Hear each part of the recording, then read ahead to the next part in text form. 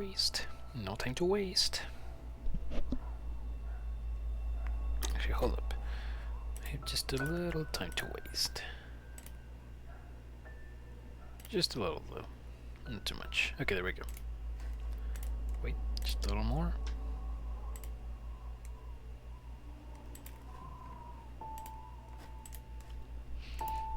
Okay, no time to waste. Okay, forgot to show my death count, I think. Yeah, there we go.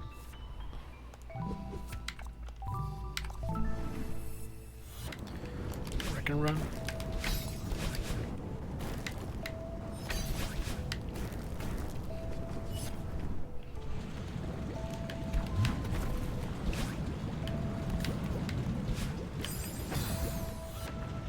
I want to try that strat.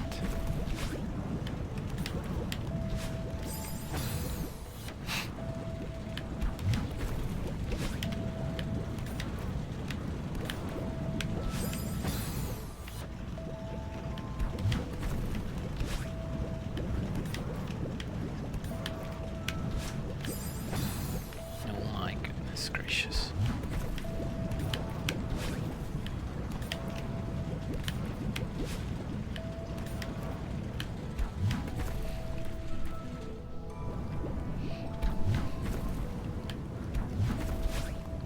Please.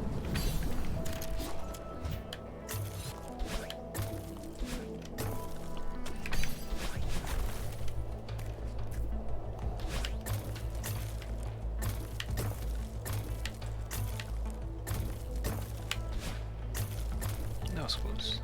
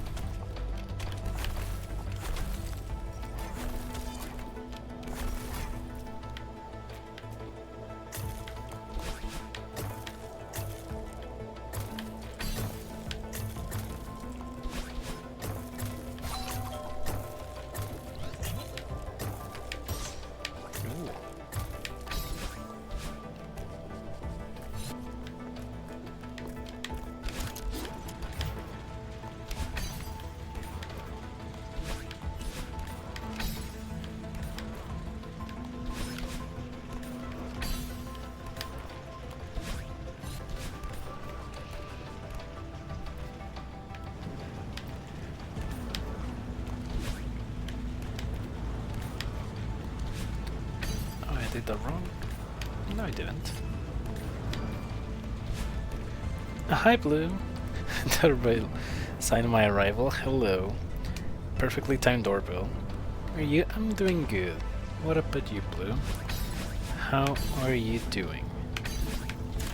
On this lovely night. That I hope will continue to be as lovely. If I get to beat the golden berry.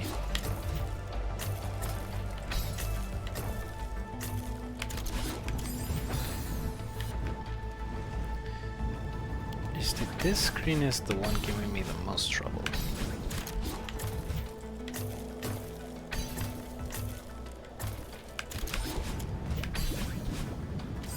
Okay, I think on the second one I need to do two diagonal ones.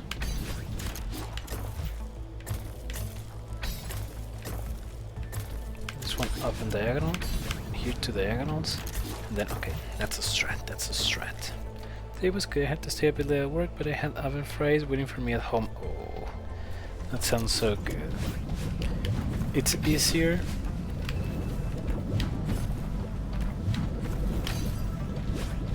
Like, work doesn't feel that bad when you know you have some yummy dinner waiting for you at home when you get back.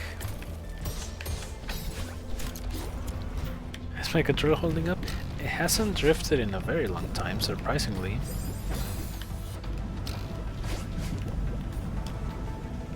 Which I'm very surprised for. Glad, surprised, and I really hope I didn't jinx it.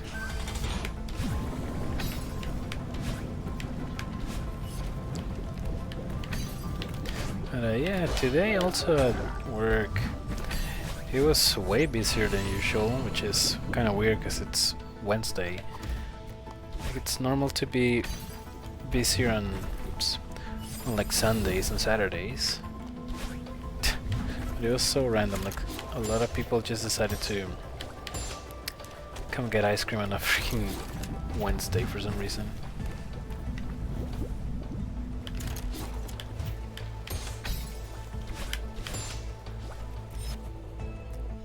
I love food. I love food too. Food is what keeps me living. Literally.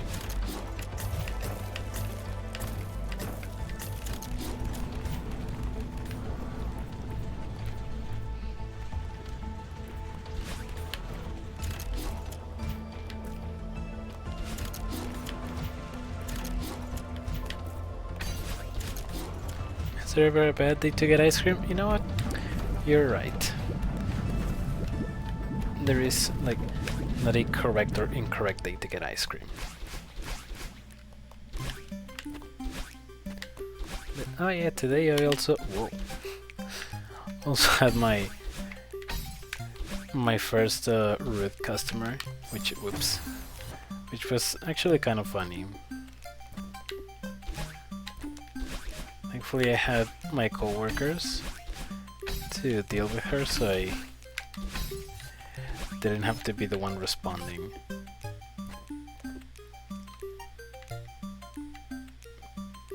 Yeah, a girl got mad because we didn't have the flavors of ice cream that she wanted.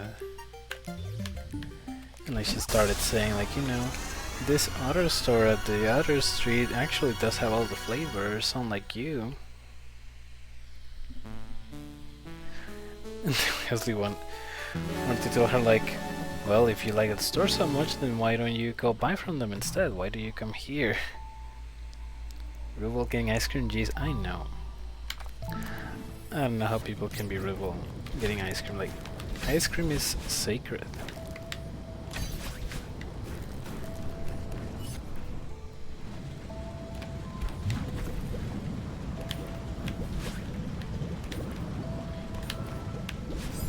Oops. She just wants a particular flavor another store has. Why wouldn't she just go there? I know, it's just, I don't know.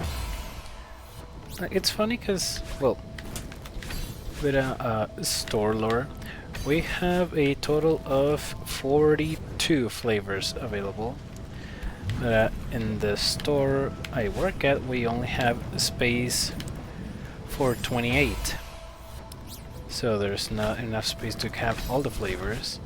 And she was saying, you know, about that store that actually does have space for all the flavors. But it's kind of ironic that there are multiple times where that store comes to us to get ice cream from us because they don't have a certain flavor, which is, you know, kind of silly. Like, we're supposed to be the ones lacking flavors, but the store that supposedly has the space for all of them is the one that never has them, because they always come to us looking for them. Like, I don't know. I'm not the ice cream manager, so I don't know how all that works.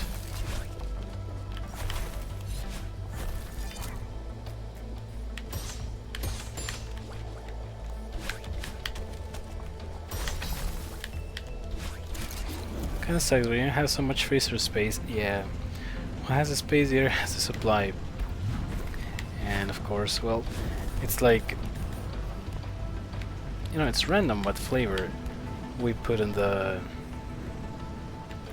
on the thing. I waited for so long, I'm stupid. So I get for trying to talk. We usually put the flavors that, you know, people usually request. just so happened to ask for 2 flavors that were not available. No, 3 flavors that weren't available. So she got mad and everything. I don't know. I think it was more like funnier than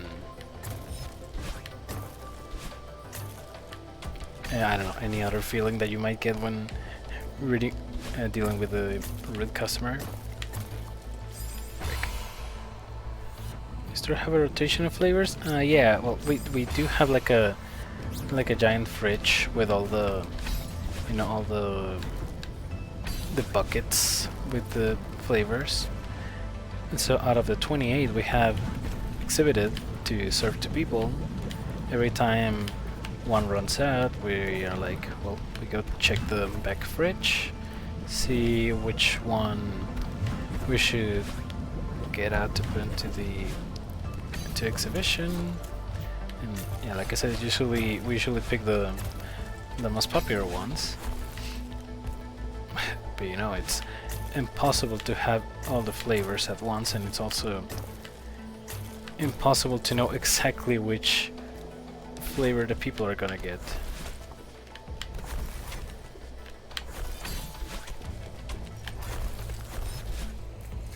String of the collective co-worker side after dealing with rude customers is healing. Thankfully, in my... How have I been working there? I think like 2 weeks. Yeah, 2 weeks. The ratio of good customers to bad customers is very high. Like, I haven't had like a single experience with a customer where I'm like, oh man, that just ruined my entire day.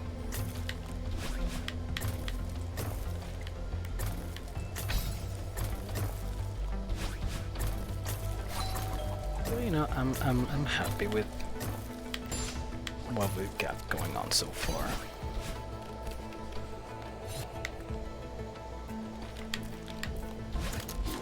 And my coworkers are also super chill.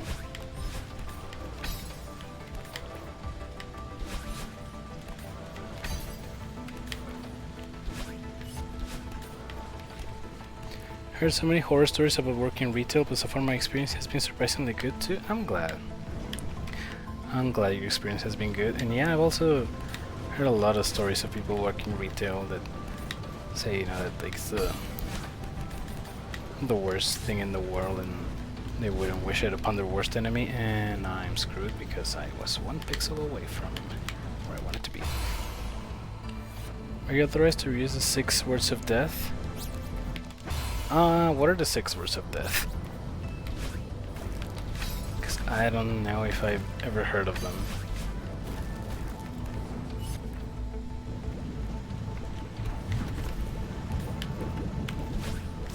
Oh, I don't feel comfortable serving you.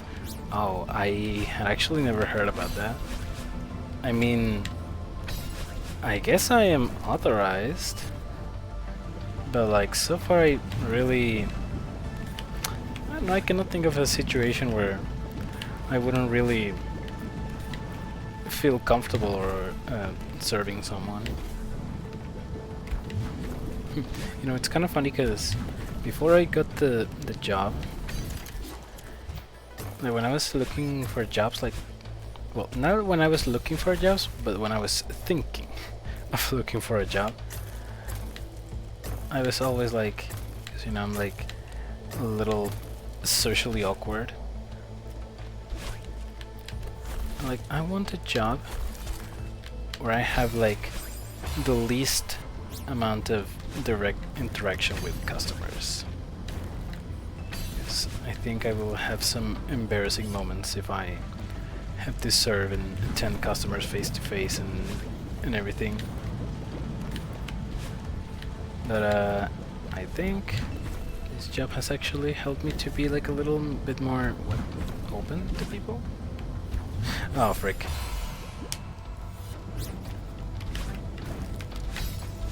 I interact with like like an average of what, like 150 customers per day.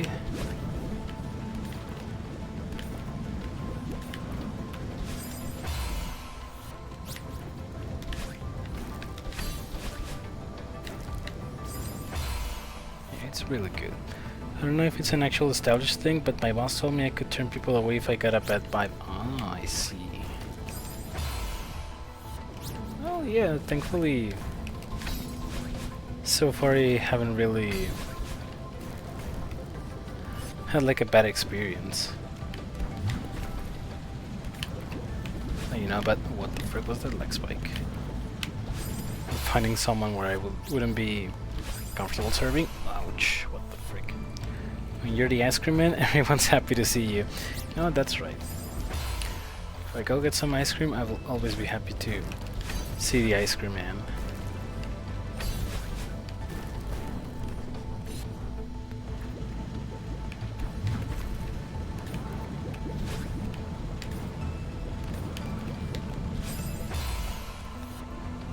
It would be better if, for being workers, we got like a free ice cream per day or something, but no, we don't get those sorts of benefits.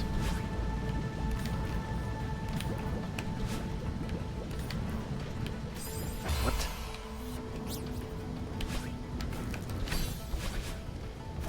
Because I know a burger, like a burger franchise on my city. Apparently, if you work there, you get like one free hamburger per day, which is really good. I feel like if it was the same way for this, probably we'll get sick of ice cream extremely quick, even with all the different flavors.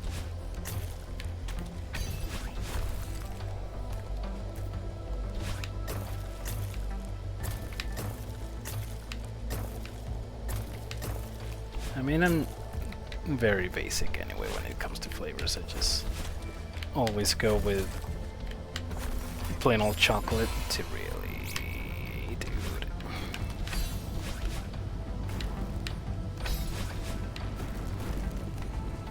Yeah, some places are really generous with that sort of thing. Yeah, ours, or unfortunately, it is not. They have everything like very thoroughly counted down.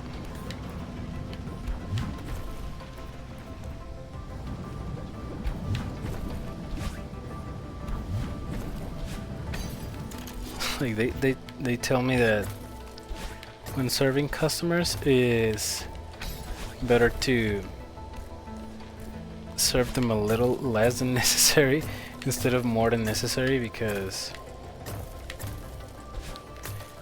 it's better to have an excess in the inventory than a lack of something. What's the word for it?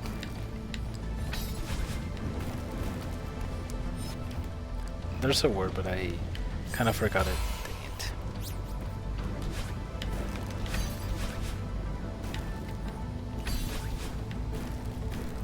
Deficit? Yeah.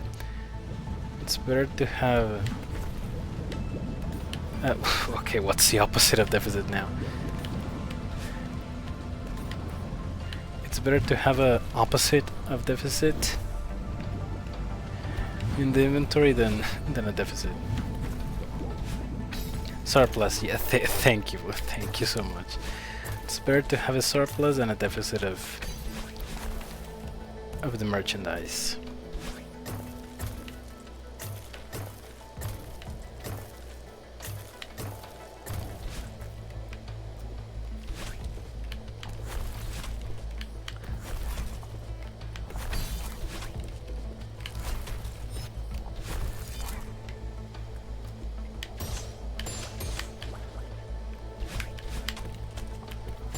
So, you know, every now and then I like to take like a little tiny spoonful of ice cream when no one's watching.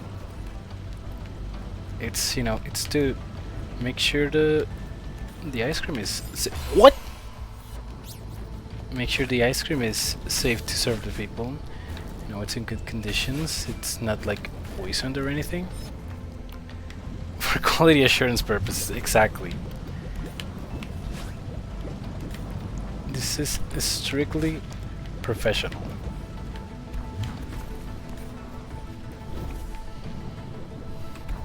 Like a wine taster, but instead I'm an ice cream taster.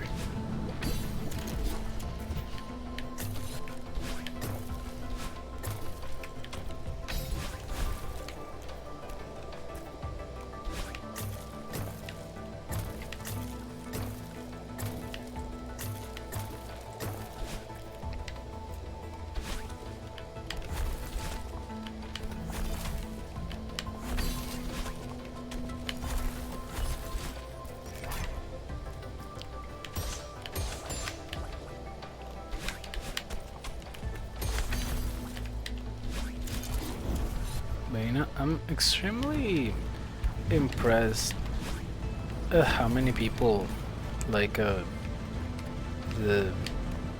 nut flavor. The same thing happened again. What is going on?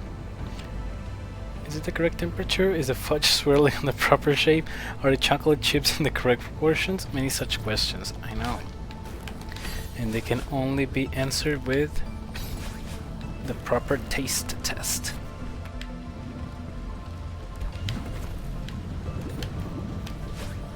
Really? The taste buds don't lie.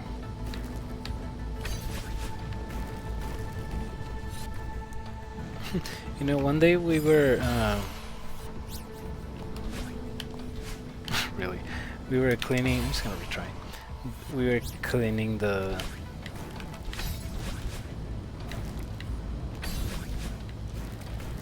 recipient, the vessel where the chocolate is stored. You know, that chocolate that's like melted, and then you put it on ice cream, and it gets hard in a matter of seconds. Like, while I was cleaning the spoon, I literally licked the spoon until it was like shining clean. So I could like eat an entire bucket of that chocolate with a spoon.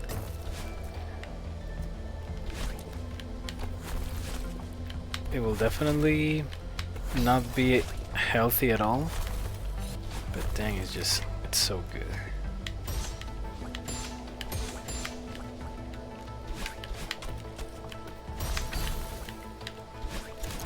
And the hot fudge, yeah, the hot fudge is so freaking good.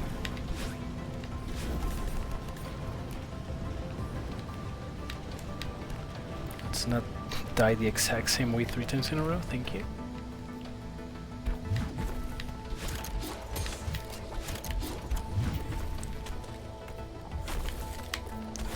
The only thing I'm not a fan of is when the ice cream is really hard. Oh, the ice cream is like really hard, and it's like really hard to scoop. And at least I'm getting some sort of biceps routine, I guess. Yeah, I really don't want to have any carpal tunnel problems. So now carpal tunnel problems means no more gaming, and I cannot live with that.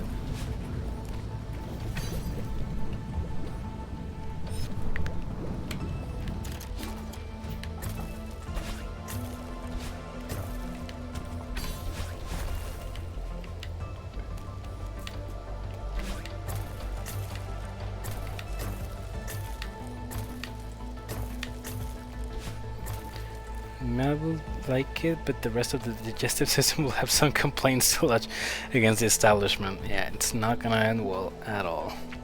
Your scooping arm is gonna be so strong. You know, who needs weightlifting when you can just scoop ice cream? So that room is so bad.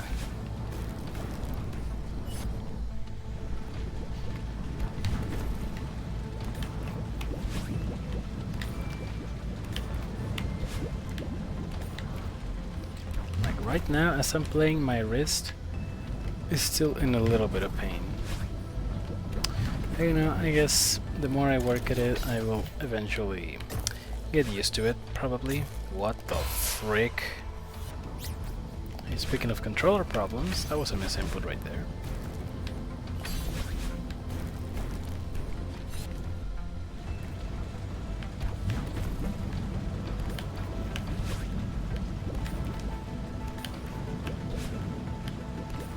Can you imagine this taking longer than 7B? I can imagine. And I do not like imagining that.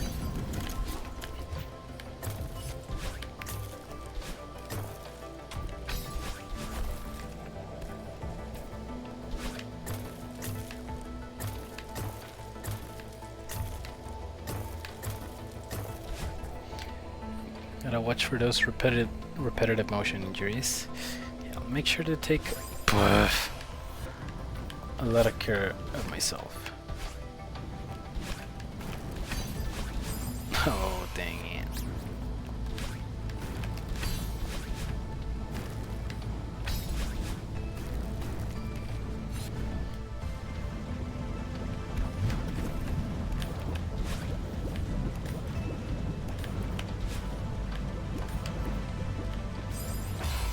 Oh, but brother, when I tell you, when that new PC arrives, there's no stopping me.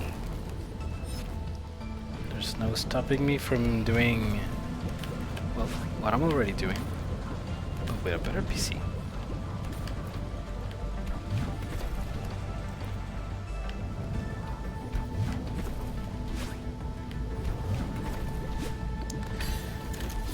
I guess that's just the cycle. You get a new PC and instead of playing like extremely heavy games, you play the same games you already play, but this time with better graphics and faster. My budget ETA on the new compy, frick. And let me, how much is that into dollars?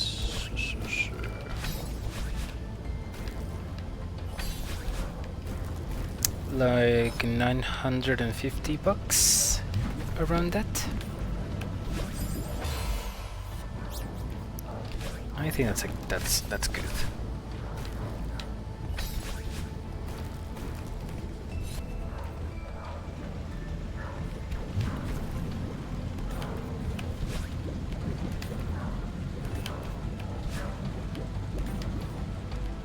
You did my calculations right? Yeah. I remember you did something like 2 months-ish.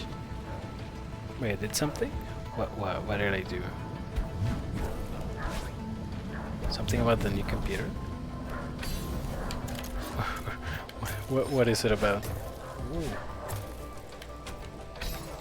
Oh, I said, whoops. I think a little less than $1,000 should be good. You know, not counting the replacement for this extremely bad controller that I really don't like.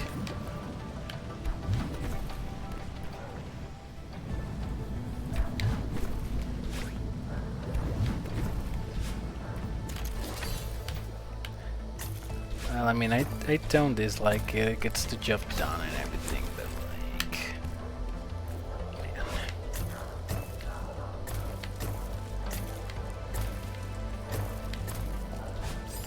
I am the silliest person that has ever lived. Also, the dogs are going crazy. What is going on?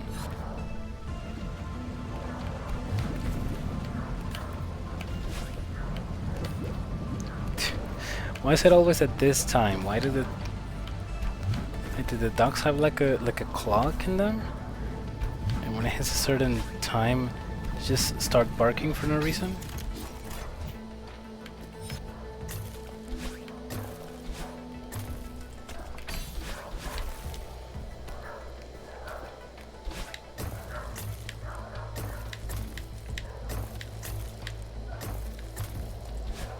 I love dogs and everything, but like,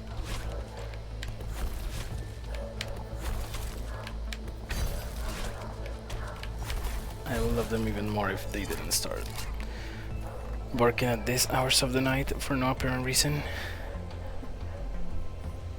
Oh boy, almost midnight. Alert the people in Australia. Yep, exactly. I don't know what's up with them. Thing is, yeah. Like, I would like to have a dog, but I know I will like get really annoyed with their barking at night. Like right now.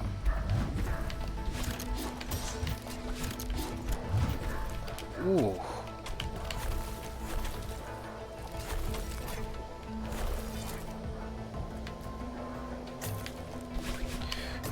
Please don't hit the spikes, thank you.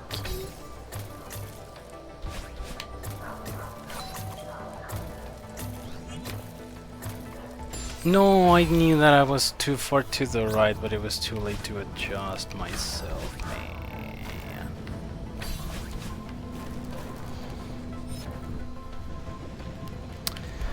Apparently people online called for the Golden Berries 6B, 7B, and 8B the Hell Trilogy. And I can really see why.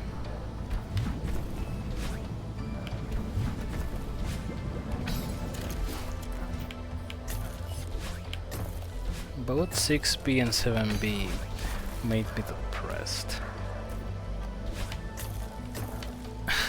And I was really hoping that this one wouldn't do it, but the way it's going like right now, not looking good, team.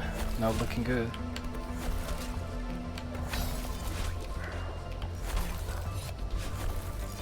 Nuggies, please, now is sleep time in Celeste, not break the sound barrier time.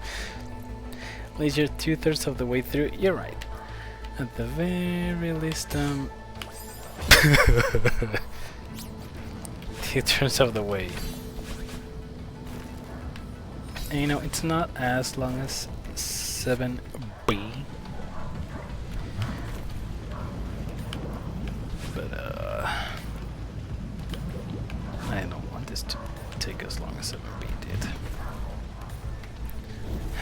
And I thought 6B had taken me a long time because I took like 6 streams to beat it. If only I knew what was in store for me. If only I knew.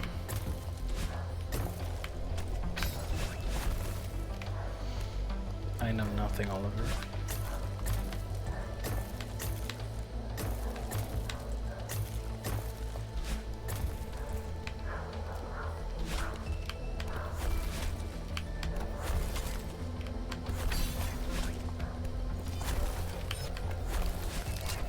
So I'm just gonna have to pray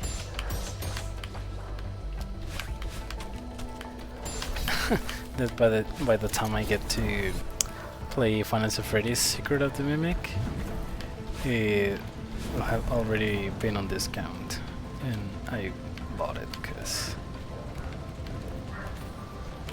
it's not expensive, especially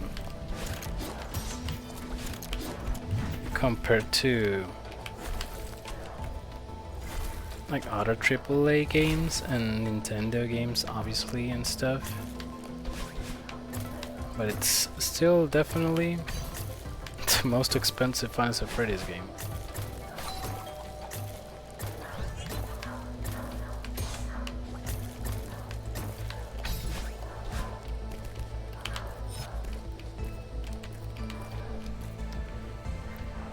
Still, in discount is a good discount. Yeah, I mean, I got Final Fantasy Freddy's into the pit when it was like I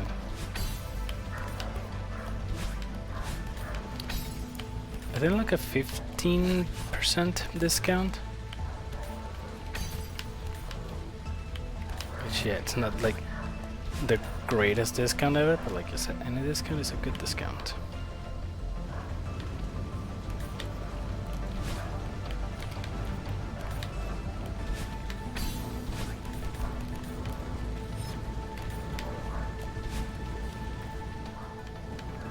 Wait.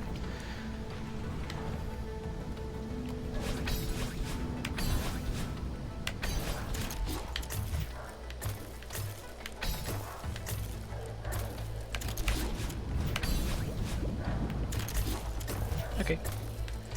And I got Hellbounded to like, I don't know if it was like a 30 or 25% discount, but apparently it's the biggest discount the game has ever had. So I'm glad I bought on the discount because it has not repeated after that.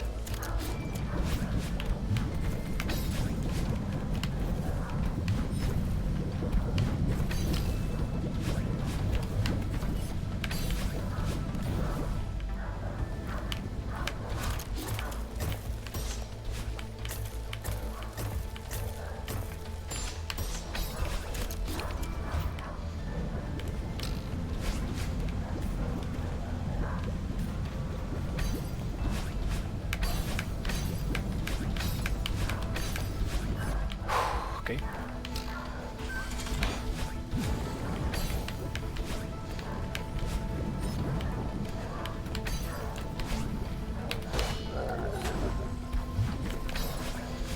I'm so freaking nervous.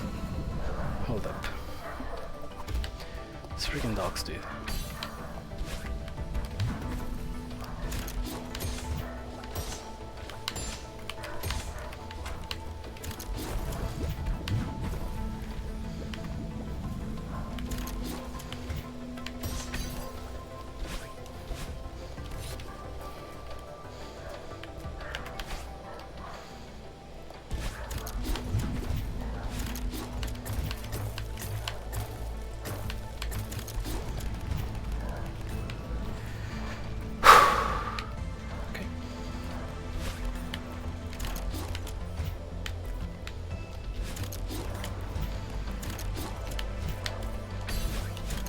Right.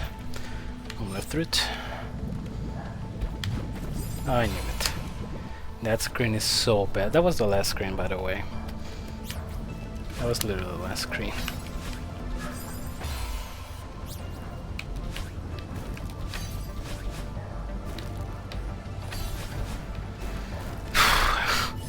I was so nervous.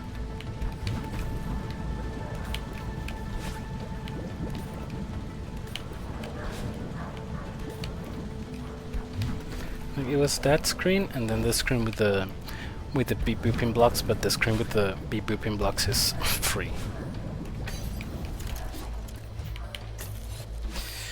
I hate that they made one of the hardest screens, the last screen. Those jumps with the dashing blocks are so inconsistent. I hate them. I think this is the hardest screen of the level.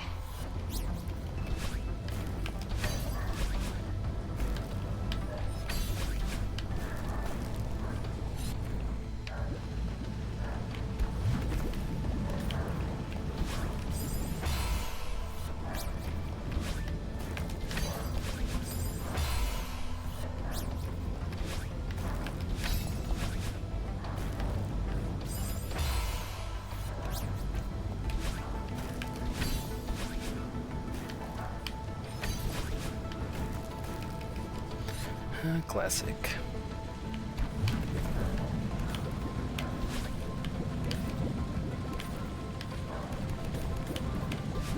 Also, I recently discovered a Steam game called Fruit Mountain that is basically a 3D version of the Suika fruit from the Switch, and I'm probably gonna play it on stream soon.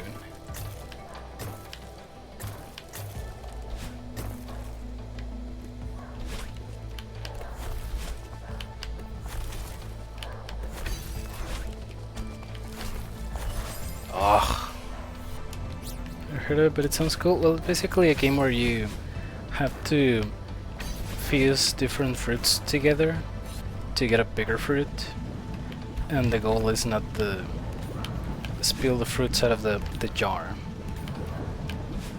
Like, for example, 2 blueberries make a strawberry, 2 strawberries make a peach, then 2 peaches make an apple, 2 apples make something. And you have to combine 2 fruits to make a bigger fruit, and then the end goal is, I think, a watermelon. That watermelon game? Yeah, that watermelon game. It's basically that game, but in 3D.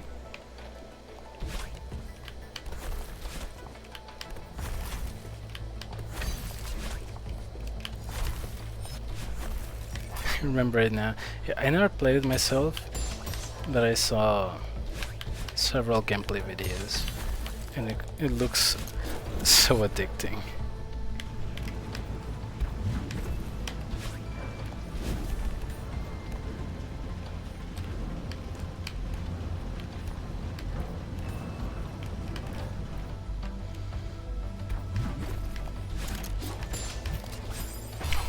In what universe? In what universe that spike hit me?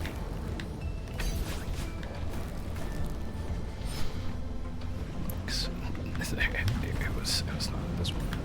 I disagree.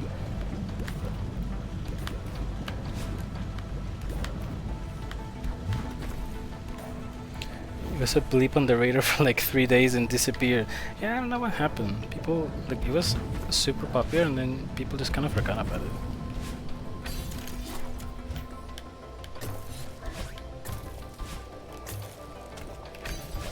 And I mean, I guess that's what usually happens to a game that... what do you call it? Well, you know, simple games that don't have like a story or like too much depth or stuff to do. It's, you know, a funny game that you play on a free afternoon. I remember it being insanely popular when it came out on Switch.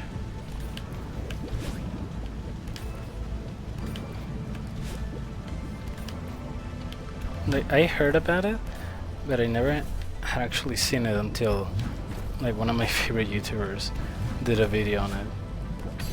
I was like, wait a minute, this game is actually cool. Play the free predecessor, the Suika game. Got on my wait, hold up. I just gotta pass this screen. The free predecessor to Suika game and got out of my system, but it was really fun. I bet it was.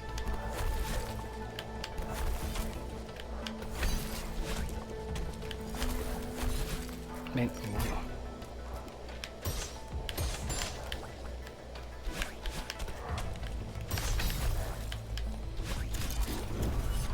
I don't know if there were any other games like it. There probably were. You know, with that same gameplay mechanic of combining two of the same kind to make another bigger one and do that until it gets like to the biggest one. For some reason, the Suika game was the one that had the most popularity.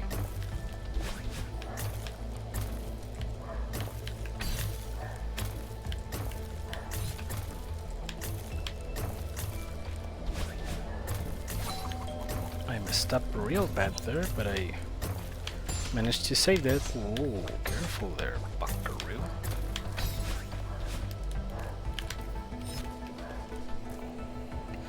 That reminds me of 2048. Yeah, man, I used to love that game back in like what 2013 when I played it on my iPad.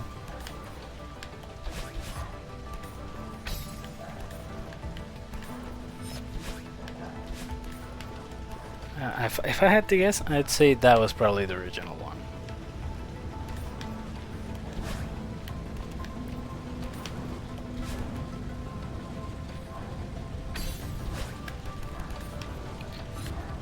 The save, dude, like the original game with the idea of combining two smalls to make a big.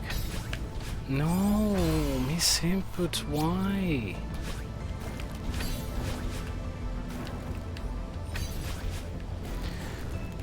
Actually, a little bit ago, I bought a Steam game called Threes, which I didn't look that much into it. I just know it's a puzzle game, but I think it's actually kind of similar to 2048. And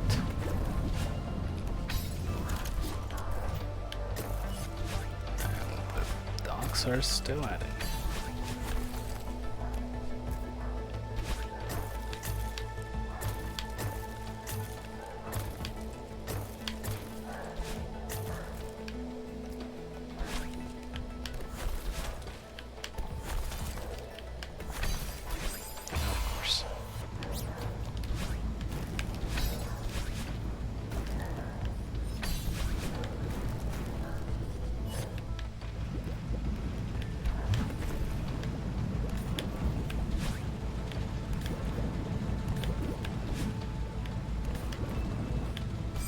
Oh, come on, man.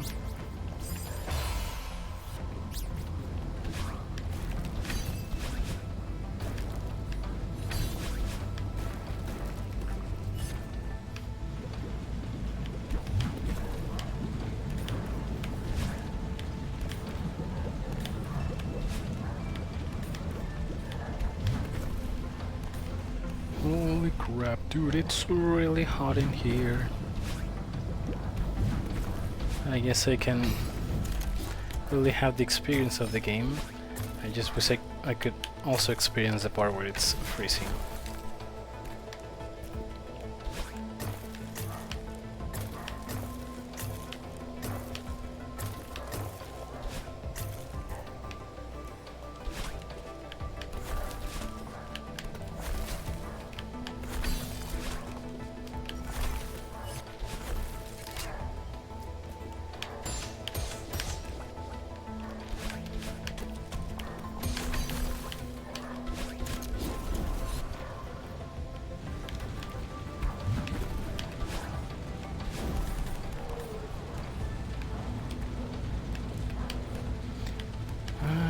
I really don't like screens based on cycles. Or like if I don't go at the millisecond I'm supposed to, all my cycles are thrown off. An Arctic blacks in the middle of a fire pit would be nice, I know. I know, but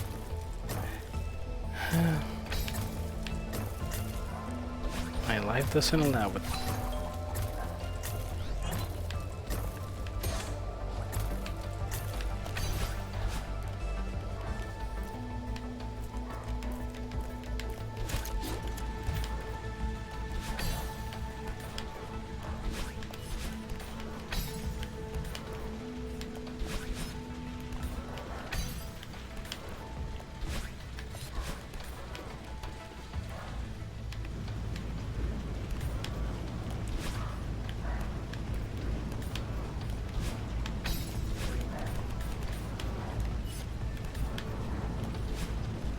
Okay, hold up.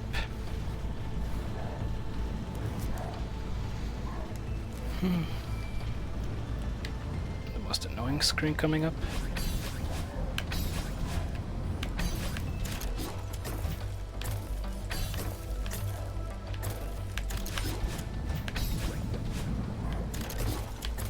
No, there was some misinput in there and my cycles were kind of off, but this your work is chillish because you have to keep the ice cream cold, right? Well, I mean, sometimes when I have to serve the ice cream, it is pretty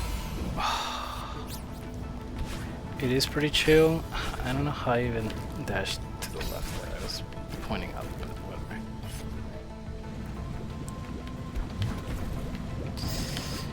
Like the back room? Back room. Where we like relax while there are no customers. It tends to get a little bit hot, especially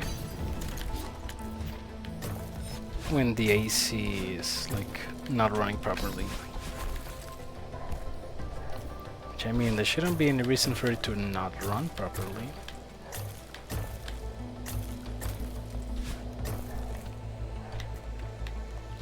I still made it work, yeah. Just completely messed it up afterwards anyway.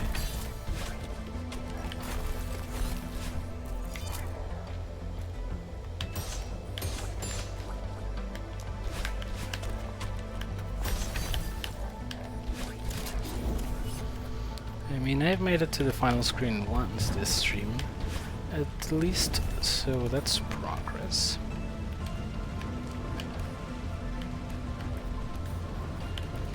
For a 7B, I don't think I made a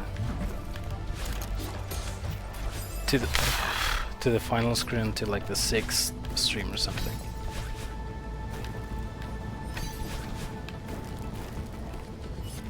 Did I say 6B or 7B? I meant 7B. Really? This controller is garbage.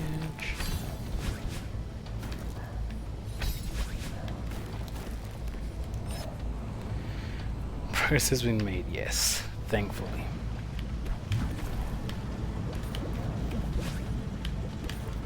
But you know, I really cannot wait to, because my new PC will mean that I am going to be hard locked in on Final Freddy's games, and that also means that my wrist is finally gonna have a break, because I'm gonna be playing with keyboard and mouse instead of a controller. So I can't wait for that.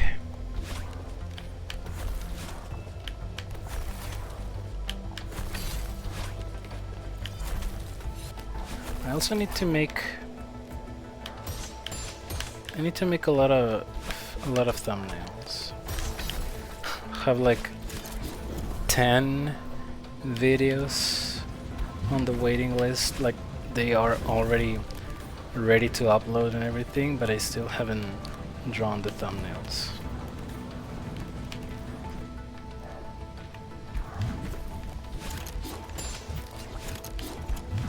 I haven't uploaded to my YouTube channel since like January. Been really slacking on that aspect. I've been a little too focused on just streaming.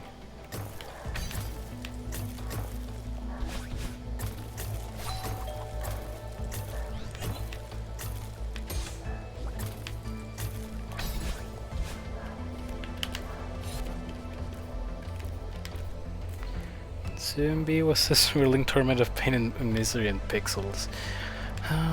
That's the most perfect description I could have ever come up with for 7B. But man, I'm so glad I never have to touch that level again.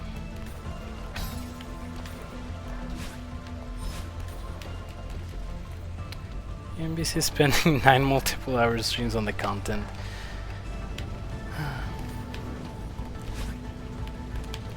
Ooh, content.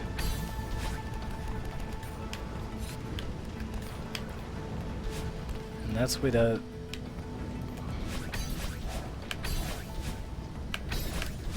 Again, dude, I'm dead. That freaking part makes me mad. Without counting like the 20-something streams I did for Scott Cawthon's older games.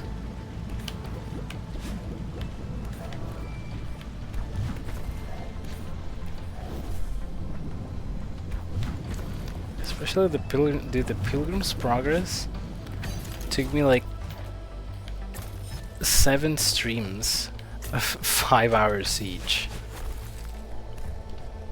to 100% complete, and I even did some of it off stream.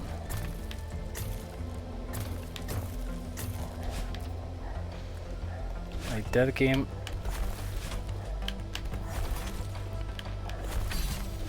That game's grinding is on a whole nother level. And Chipper and Sons, so freaking monotonous. That threading the needle section is so complicated. I know, I hate those screens. There were like 5 screens, like 5 or 6 screens like that in 6B, and they were so miserable.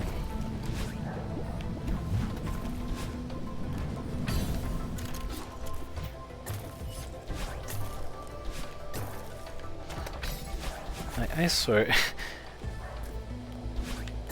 even though 7B was obviously harder, and and it was like much worse. I think 6B is still the one that made me the saddest. So like the good majority of the streams, like halfway through the stream of 6B I was just super depressed.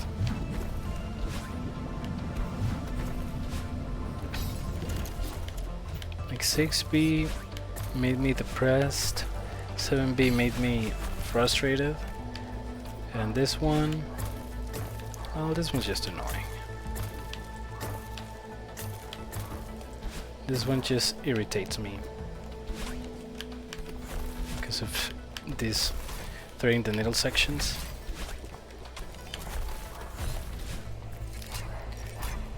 A lot of his whole game seem pretty grind heavy. Dude, you don't even know. Don't get me started on the Pilgrim's Progress. Like, I feel the only one that didn't require more than, I don't know, 30 minutes of grinding was the Desolate Hope. Just the Desolate Hope, the GOAT. Should have been called the Desolate Goat. But sorry, that was not good. I will stop speaking.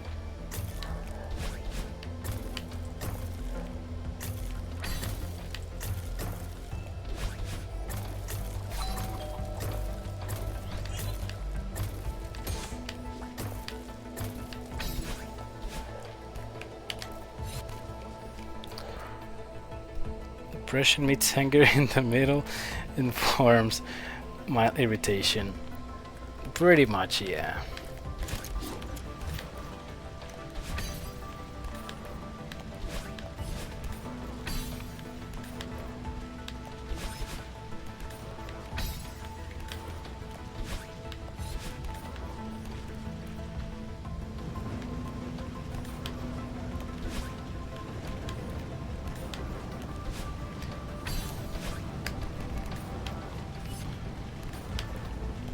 It's funny because I was supposed to... Oops.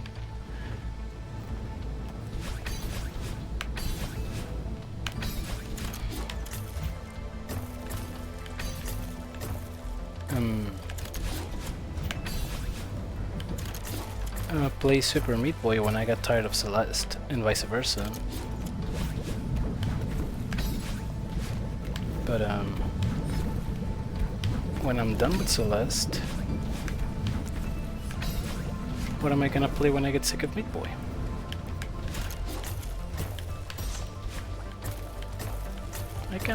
I cannot start another game.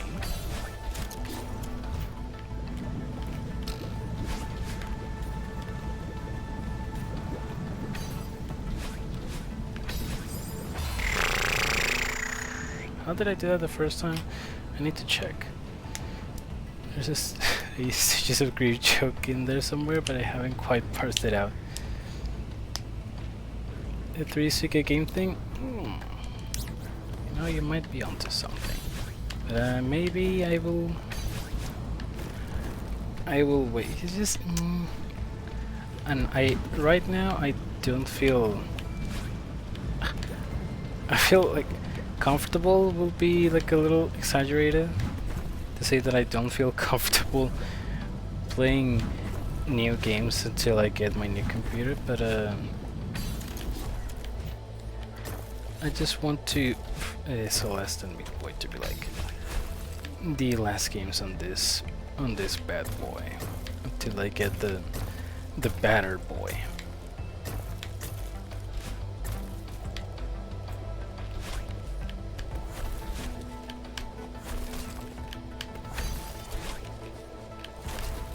I know it's not any Cyberpunk or Red Dead Redemption, but for some reason this PC struggles for anything 3D.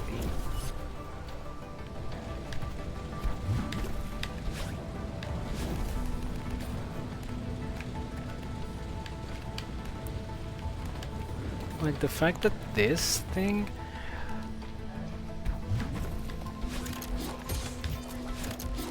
that I was able to 100% complete finds a free security breach on this thing is beyond impressive.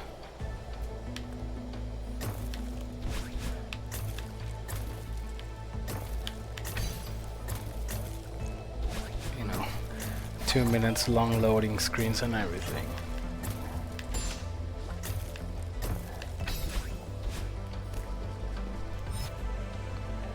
The baddest boy gaming PC. Especially since that game's more than a little messy, it's so horribly optimized. I don't know what they were doing.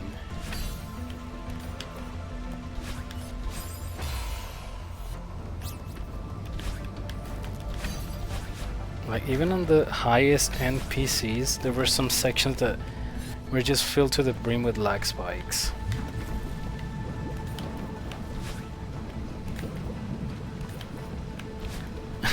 And like, if you enabled ray tracing on the game, shit, say goodbye to your graphics card.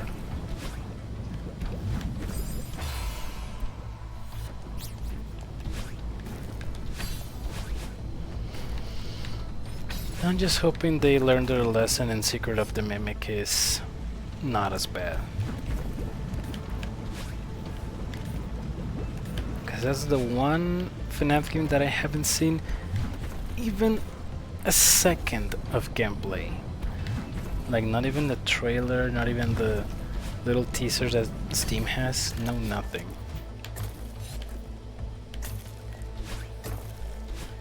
I'm gonna go in completely blind.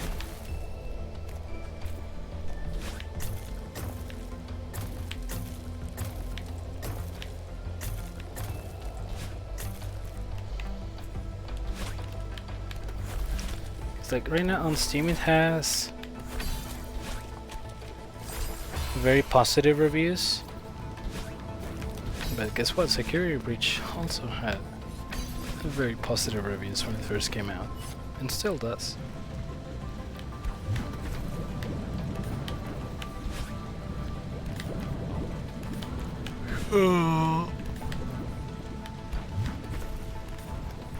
Yeah, I'm a little skeptical.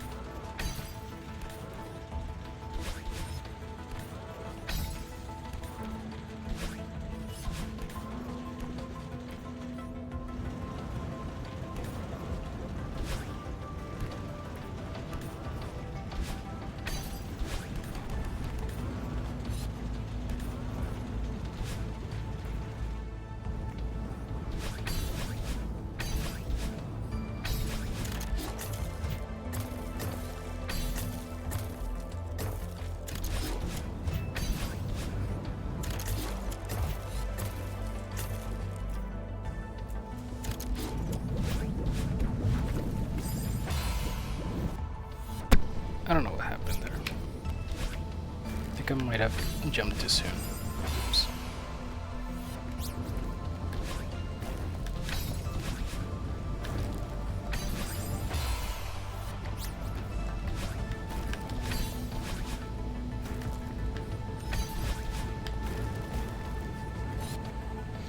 Sticker on the fireballs, they're wrecking now, even the one doing it. It's so... The hardest part is not getting his inputs. That's it.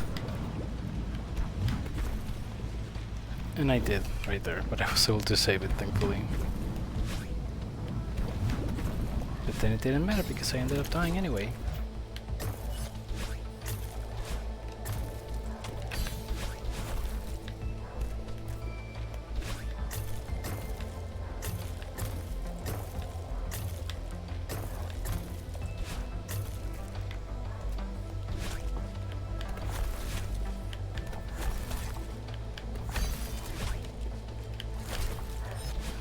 But nah, this is definitely not as difficult as 6B. 6B was so much worse.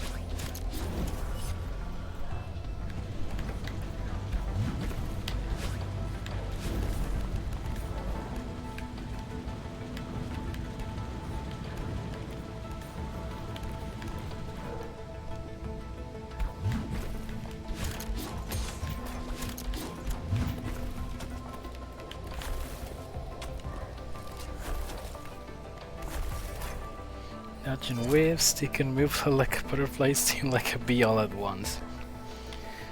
Little back will be proud of me. I think Doglo is the one that will be proud of me.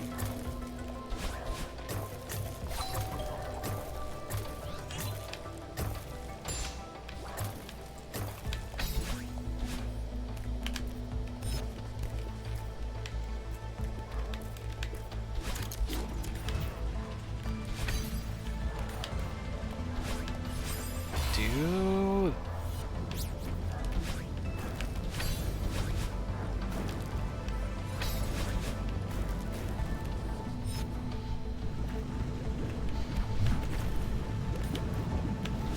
Okay, so next time I die, I want to try something.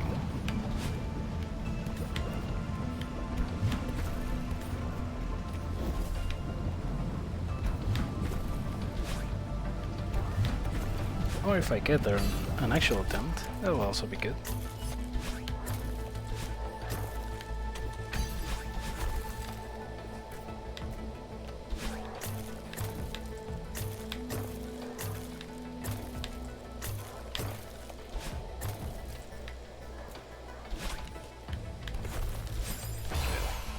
If I've mentioned it before, but the sound design in this game is so good. It is. And, you know, while you're focused on not dying, it's like something very easy to overlook. But it's real. The sound design is super cool. Also, oh, well, the swords you break to get a big jump sounds so nice. Definitely, they did a good job on making everything in the game sound super satisfying. Even just like dashing. So good. You know what's not a good sound design? Those dogs.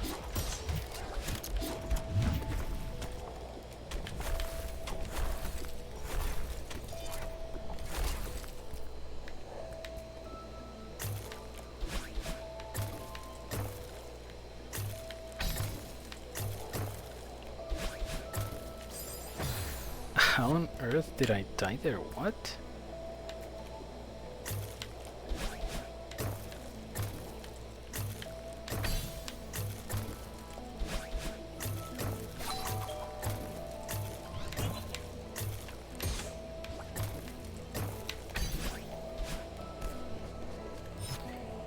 It's tricky to come up with a sound effect that exists but isn't every time after hearing it 500 million times. I know, and they did a super good job at it.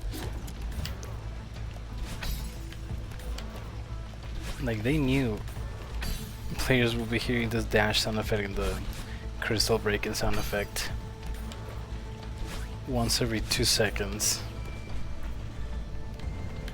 they did a really good job at not making it obnoxious.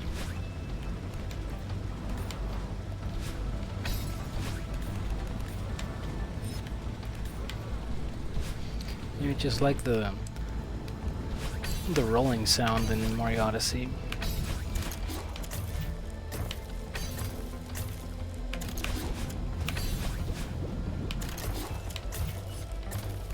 Okay, so apparently I can do this.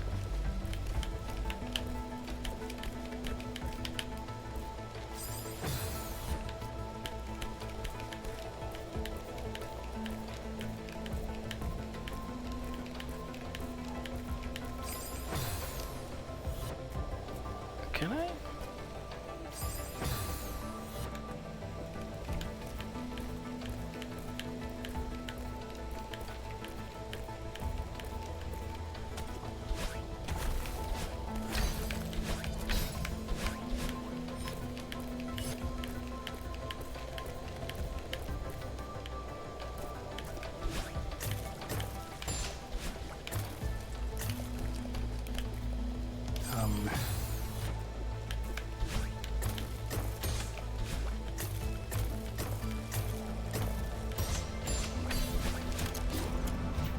Oops, I didn't mean to hit that switch. Well, yeah, it's not worth it. It's not worth it to learn that strat.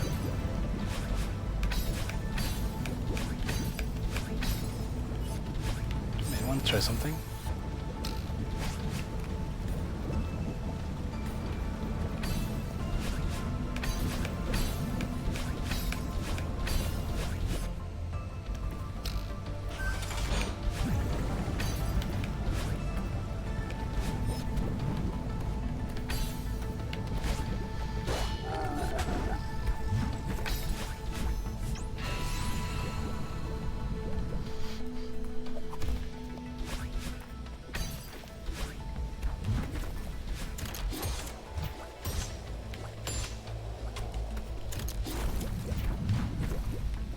Oops.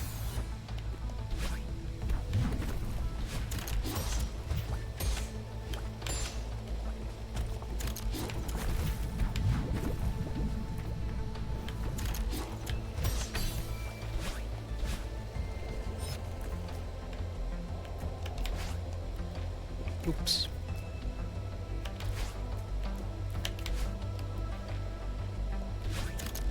The strategy is kinda cursed.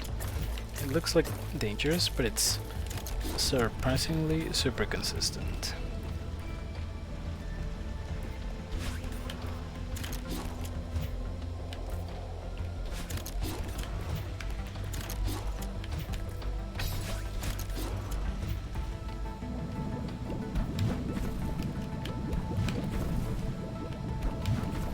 That's all I needed to do on my previous attempt, and I would have won. I would have won because this screen is, as I was saying, this screen is easy.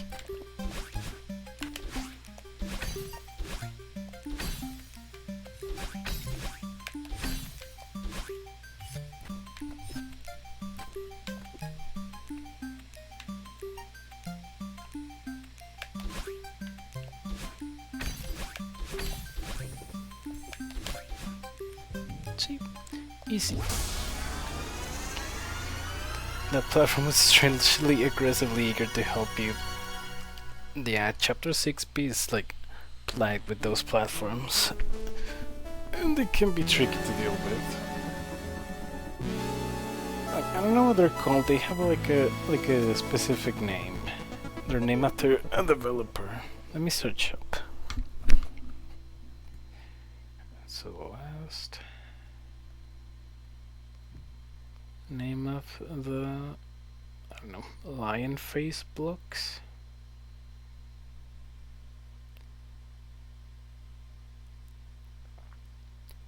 They're called Kevin blocks.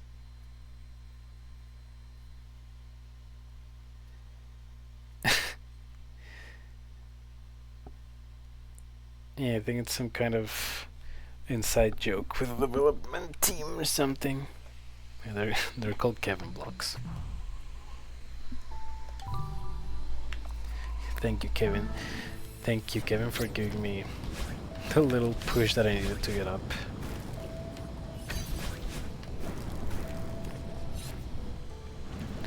don't know where I would be without you.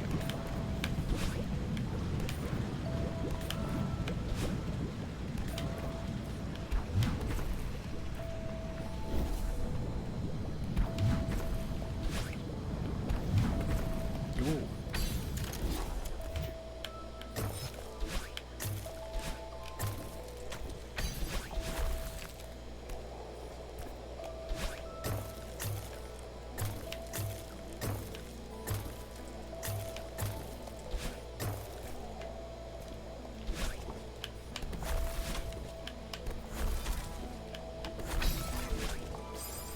Oh my goodness.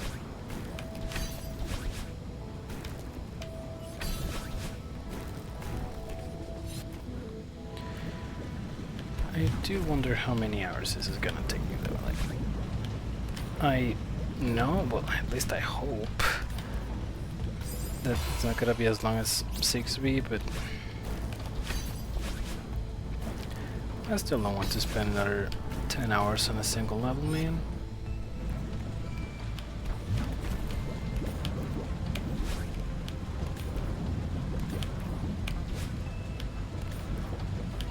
Really, the only attempts that count are the ones where I make it to the vertical section.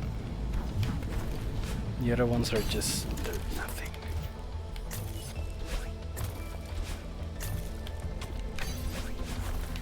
Getting to the vertical section is like getting to 3,000 meters and 7V. How many golden berries do you have after this? I'll have 200. Oh, left, I will only have 2 golden berries left.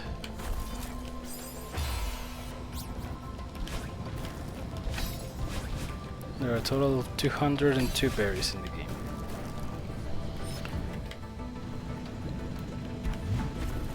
And what the frick was that, man?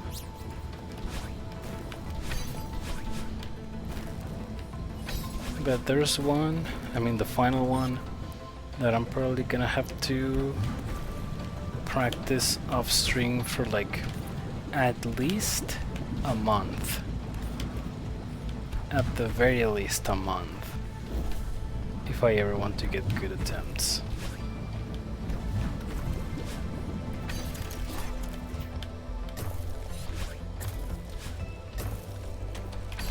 Like the people that have done it have said that 7B is child's play compared to it. So, you know, I'm just a little bit terrified.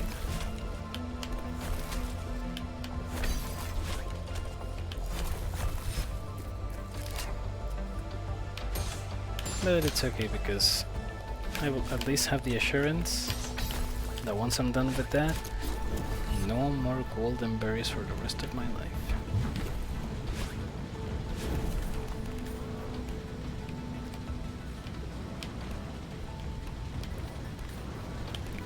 I would like to also say no more Celeste for the rest of my life, but I kind of want to play a couple modern maps after I'm done with this.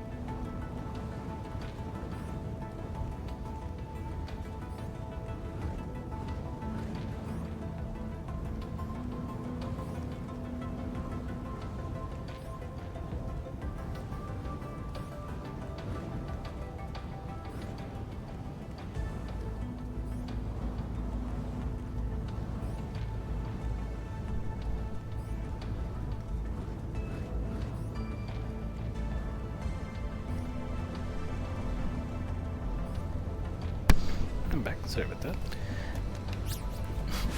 No more obligatory high stress Celeste. That's right. Fortunately, after this I still have 3 more worlds in Super Meat Boy that I have to beat without dying. But hopefully those won't take too long. I mean, I know at least one of them will. I just can hope that the other 2 are not.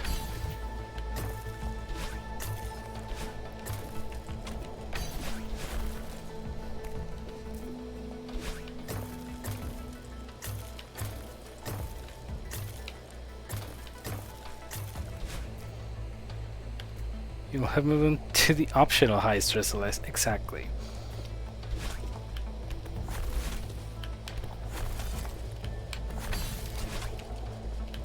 This one was obligated. The good thing is that on modded Celeste I won't do any golden berries. I mean, there are golden berries in there, but like if you think I'm gonna waste my time on more freaking golden berries after this ones, nuh-uh, I'm done. Can only imagine what fan made levels for this game are like. Oh no. There are some maps where I like genuinely cannot even tell what the frick is happening.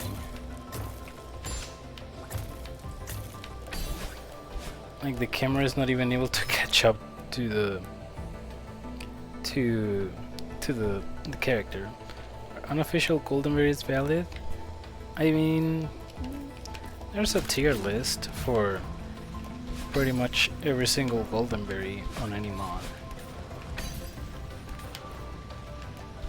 Wait, did I say tier list? No, I mean there's a Google sheet ranking all the golden berries in difficulty. And yeah, pretty sure all the unofficial ones are valid.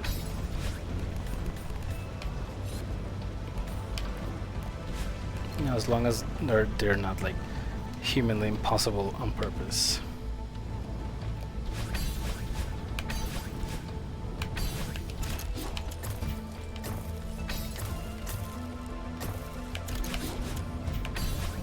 I'm screwed. Why did I do that, man? I knew what my strat was. Why did I change it?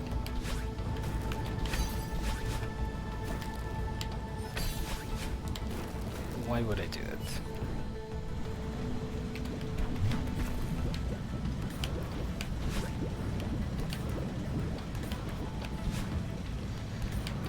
Like, there are some golden berries that have taken extremely skilled people hundreds of hours to beat. Like the total playtime I have on Celeste right now, which is 160 hours. There's people who have spent that playtime on just one singular golden berry.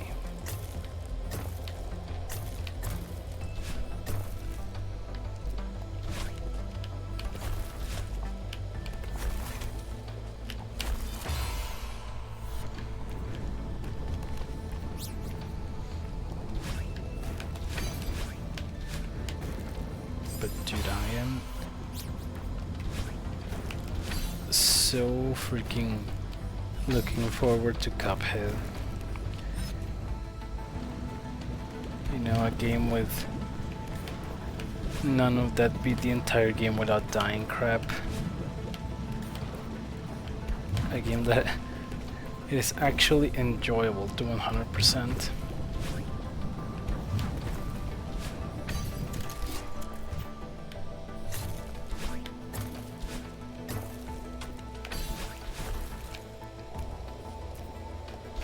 Definitely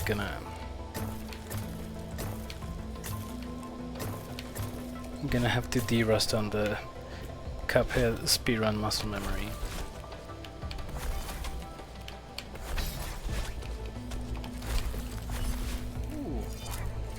No golden berries, whole charming animation. Exactly. Exactly.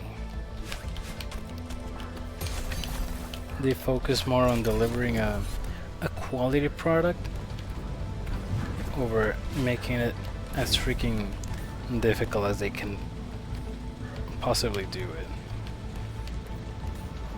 You know, just adding artificial crap to make it harder. Not harder, just frustrating.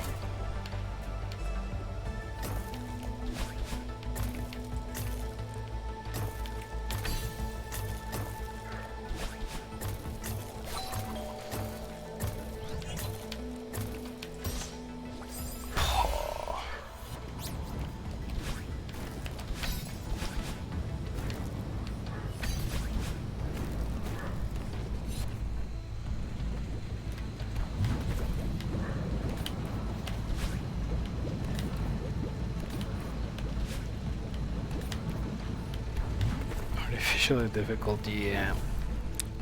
It's Celeste on the challenge enthusiast page. Celeste is only a tier 5 difficulty just because of the golden berries.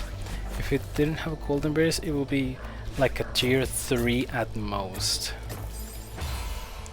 And the same for Super Meat Boy. If it wasn't for those stupid deathless achievements, it will be a tier 2, maybe even a tier 1.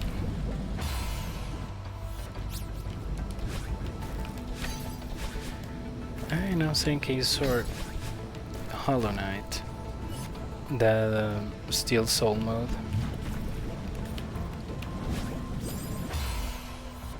And that 5th Pantheon. And the bindings on each 5th Pantheon.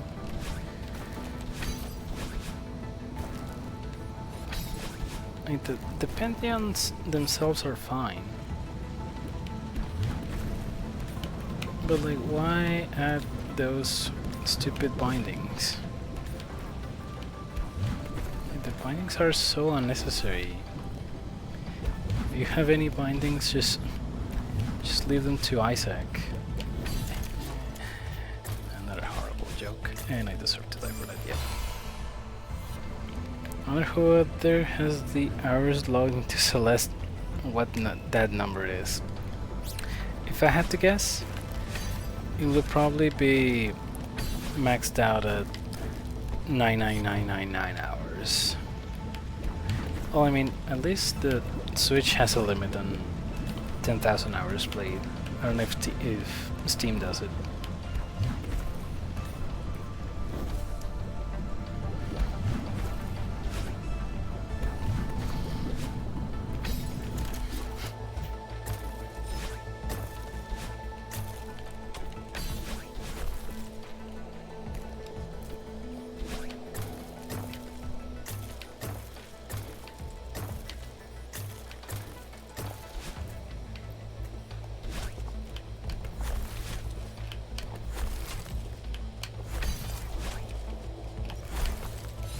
So I found it extremely funny that the good majority of tier 7 games in that website are Trackmania games.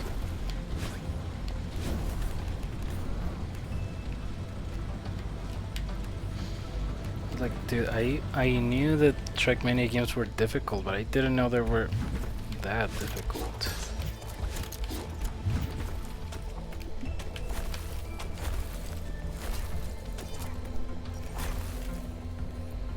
Tier 7 the highest the skill goes? Yeah, tier 7 is the hardest one.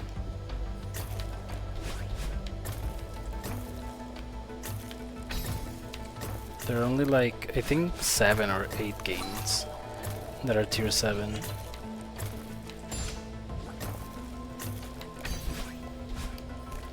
There used to only be 5 tiers, but the team decided that the gaps between some of the hardest games were like too big, So they expanded it into 2 more categories.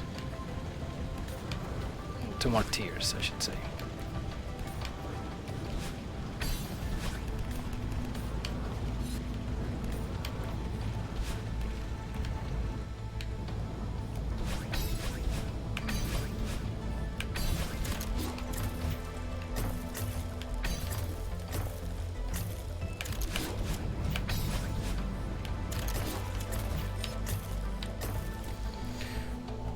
Alright, vertical section reached again. Let's not die in the first 3 seconds, please.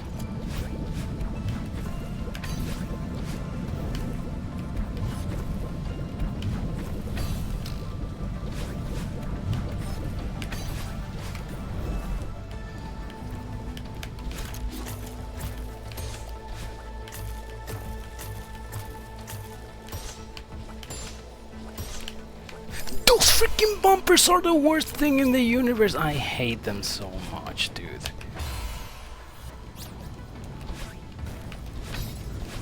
The freaking bumper didn't bounce me correctly 3 times.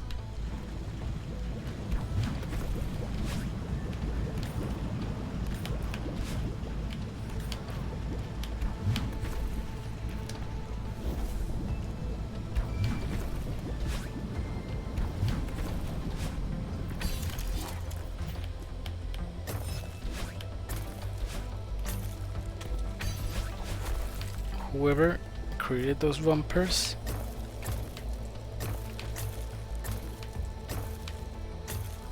please revoke their human rights.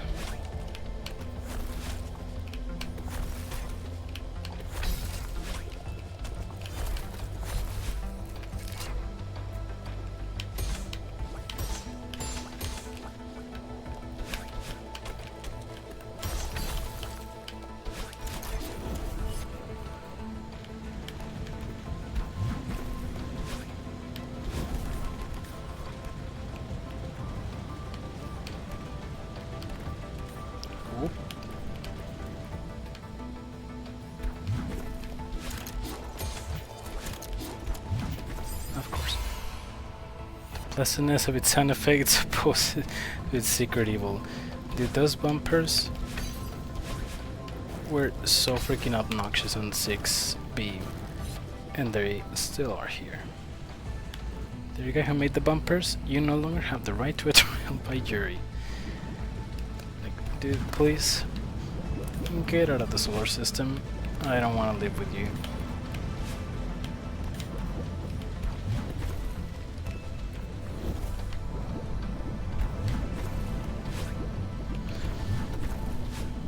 Definitely just please go check out if there are any rental availables in Andromeda or something.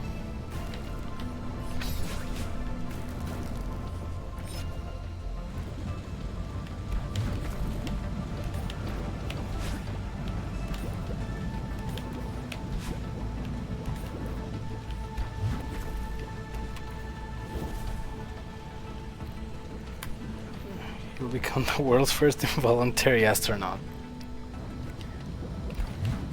Now that would actually be such a title to have.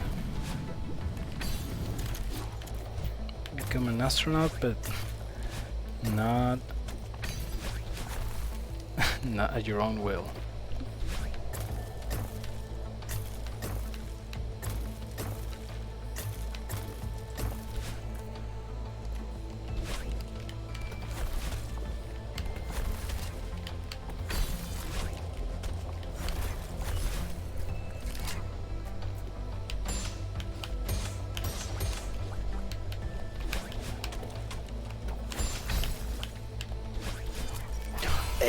Excuse me, my brother?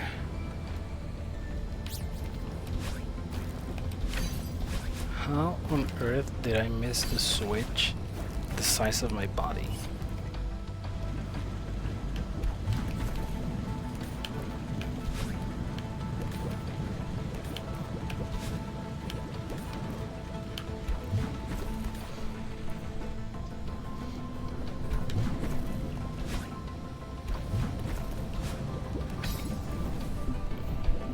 It's one thing to be forced to study for a field you're not interested in. It's another thing entirely to be forced into outer space.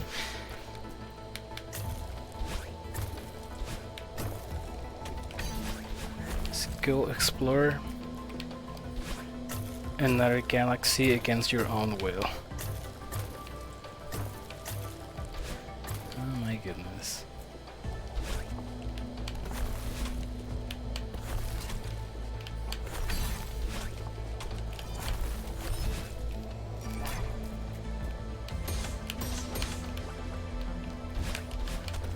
You know, speaking of space, I really would like to be on those capsules that astronauts get put in. Now those capsules that spin around extremely fast, so that they can like get used to the speed that they will have in the rockets. 'Cause it looks so freaking fun. Yeah, I would probably pass out. I still want to experience it.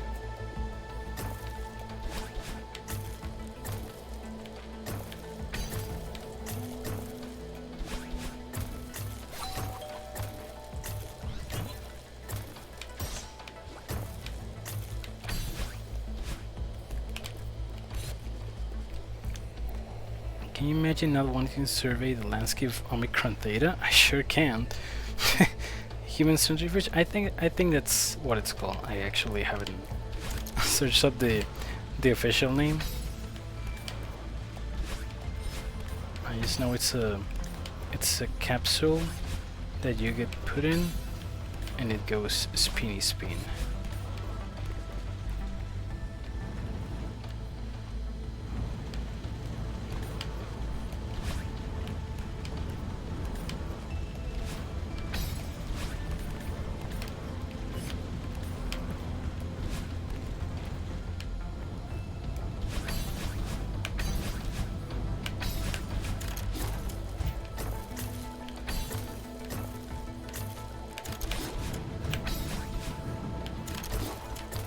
Another misinput, another save.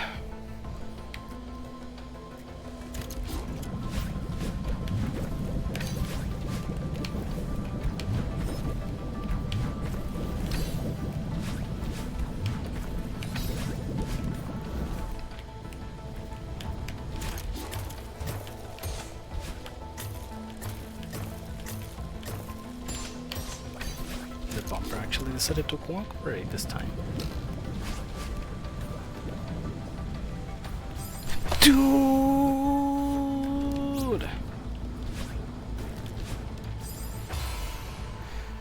Yeah, not the gyroscope thing, but the high velocity spinny thing. Yeah, exactly. Yeah, not the one that actually like rotates on its own center. No, the one that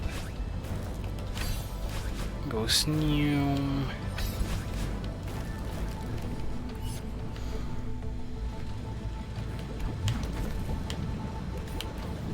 Will be like an attraction park roller coaster, but 20 times more extreme.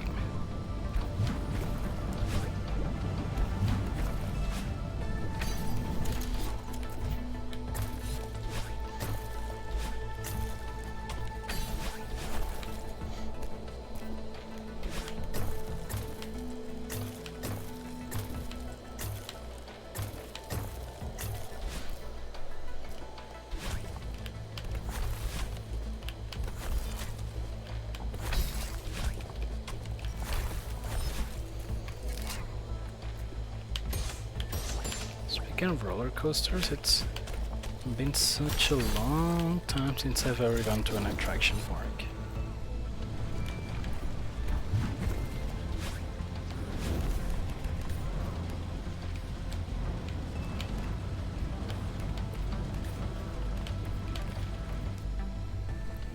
Kind of like the Gravitron, but for serious space business. Oh jeez, whenever I hit the name Gravitron, I can only think of the Gravitron from 6B. That thing sucked.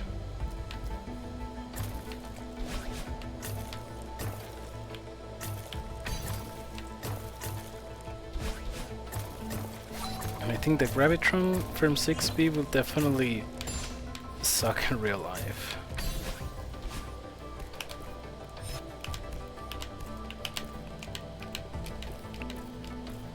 Okay, we'll do it this way then.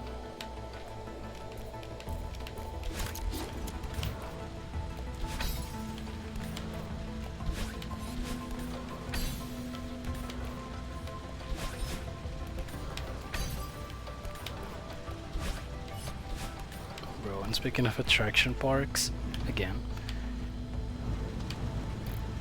I really want to go to Disney. I mean, not Disney, what am I saying? The Nintendo World, Super Nintendo World.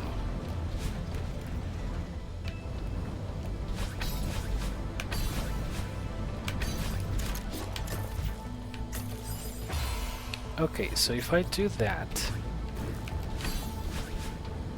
I die. Is it different from the actual real-life Gravitron? Well, I really haven't seen the real-life Gravitron, but let's just say I don't think the 6B Gravitron, I don't think a human could stand it and survive. Basically put in a chamber, and every time you touch the ceiling or the floor, the gravity gets inverted. So you're just like bouncing all over the place.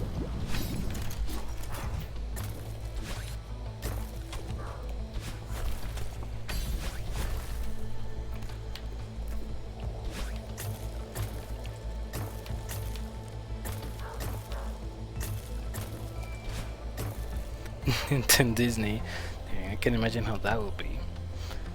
And the closest we've gotten to that has been Sora in Smash Ultimate. The UFO shape apparatus that spins you and everyone else around so fast you get stuck to the wall and then the floor drops away. Oh my goodness, that actually sounds so freaking fun. Yeah, it's not at all like the Gravitron from 6B. That one actually sounds very fun.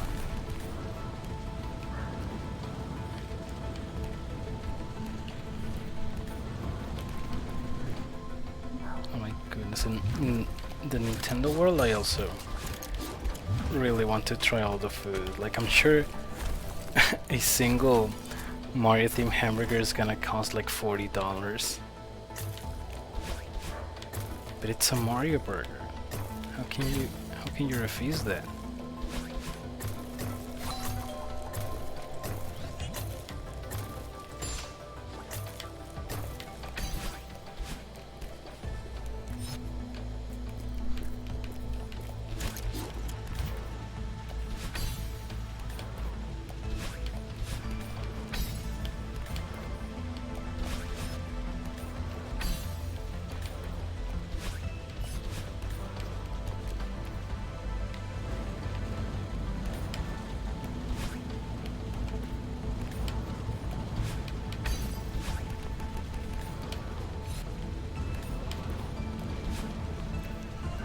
I don't mind the experience of eating an overpriced curry parfait, but only once. Yeah.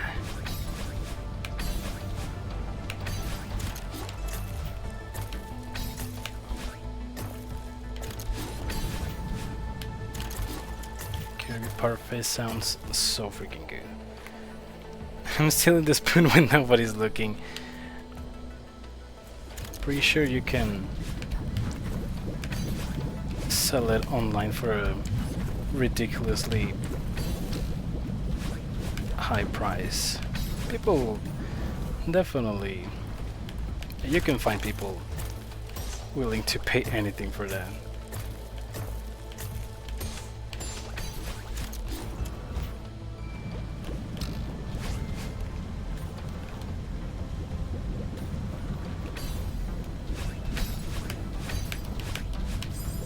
No, I waited one more cycle. Well, I'll wait until I die.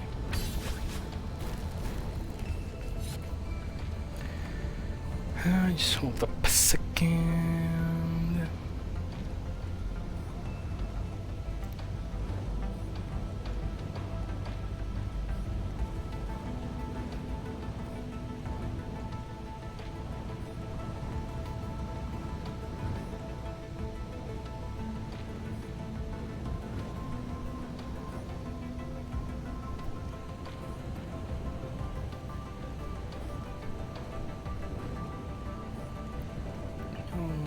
second.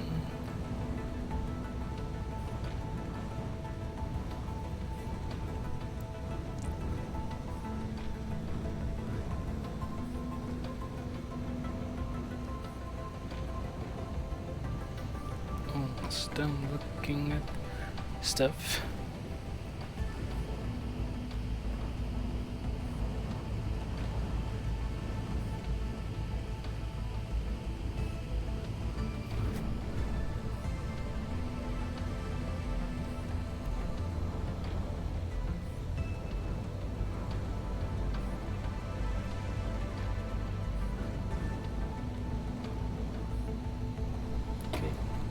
I? Ultra rare Nintendo Land Carry Strawberry Parfait Spoon that had my mouth on it. $500 US dollars plus $80,000 shipping and handling. Oh my goodness.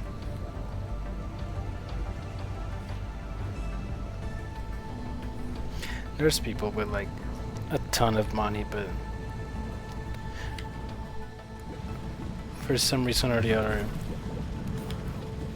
is not able to go to Nintendo Land. They will definitely pay it.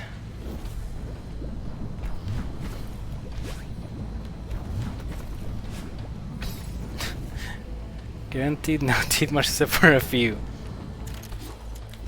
Yeah, scheduling conflicts, yeah. So anything they can get from it, so that they can get just a fragment of the experience of going there.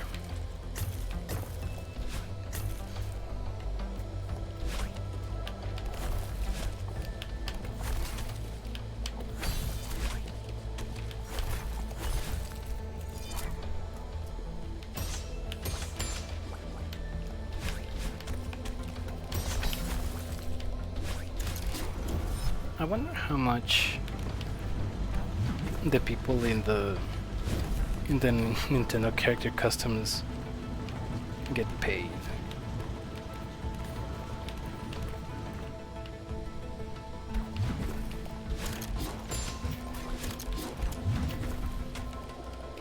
That was a close one. The sound effect didn't even play.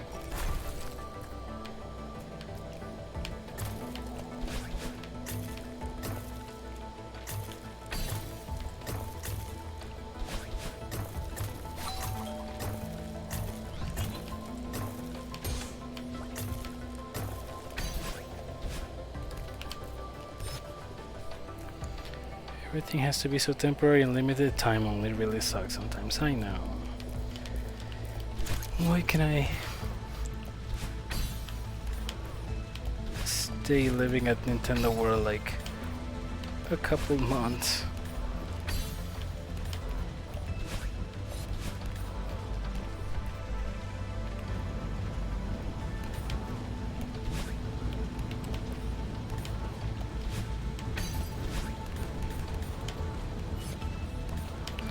What if I want to have breakfast with Mario every single day?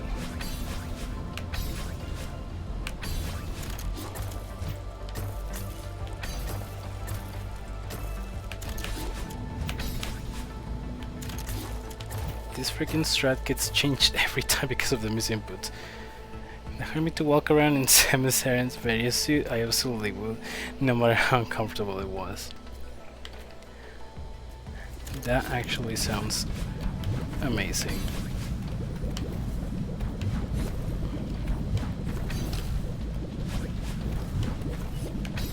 Actually, is there Metroid stuff in Nintendo World? I actually haven't seen that.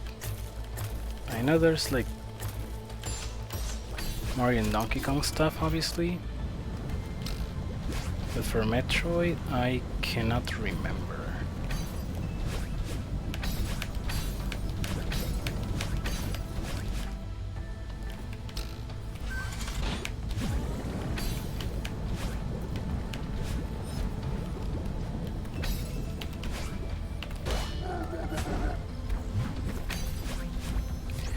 Okay.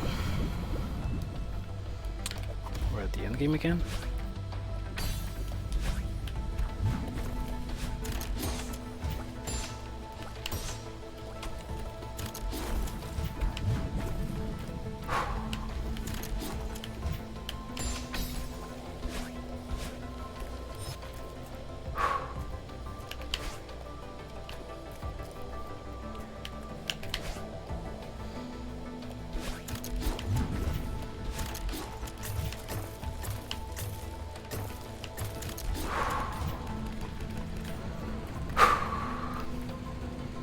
No, it's not their biggest franchise, but still. Oh my goodness, that's what I get for trying to read the chat. Well, I forgot that there is no room to take a break.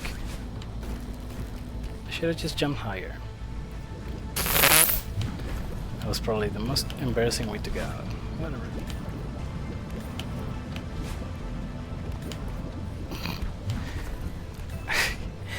Need to remind myself not to take my time reading chat in the horizontal section because there are no safe spots.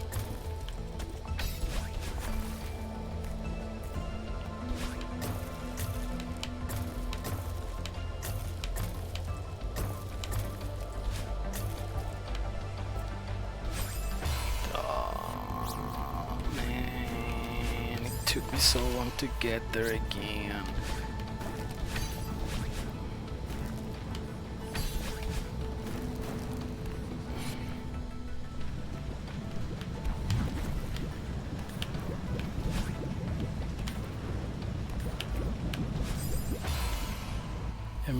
There you can wait until you install the ground.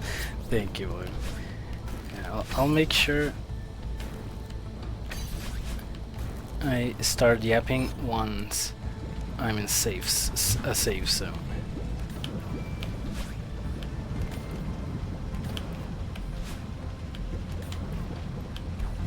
Okay, well, at least I learned my lesson.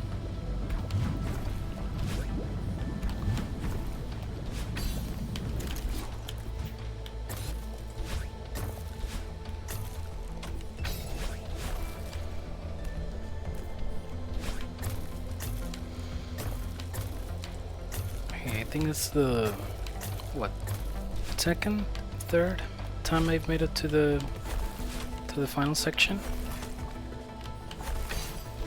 It made it to the final screen exactly once.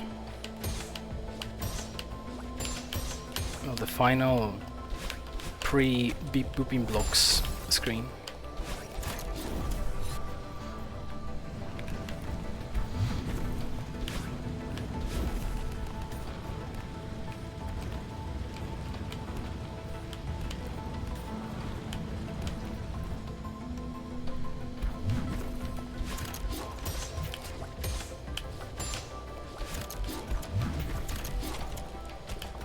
Another close call.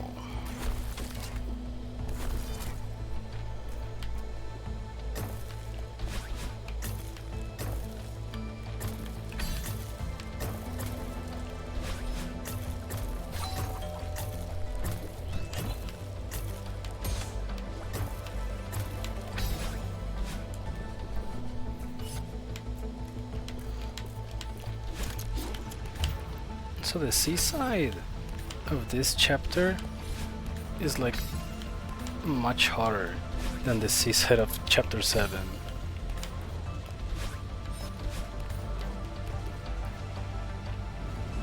Like there's a lot of tech involved.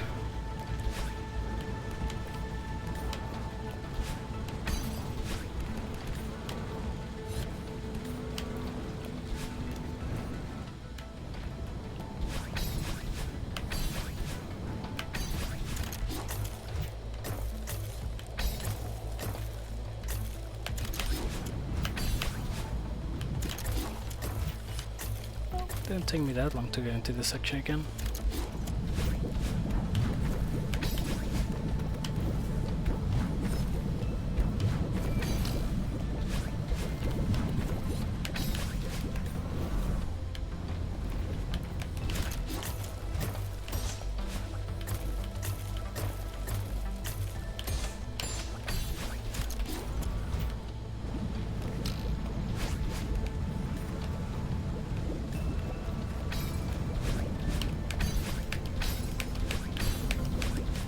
No,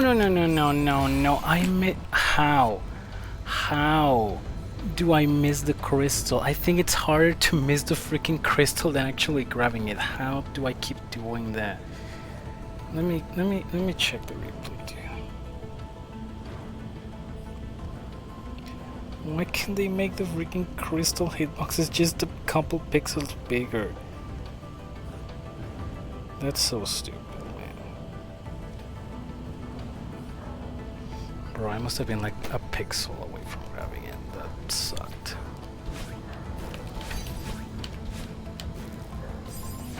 And the freaking ducks start to bark just to add insult to the injury. Are C-sides harder than the B-sides? Oh no, not at all.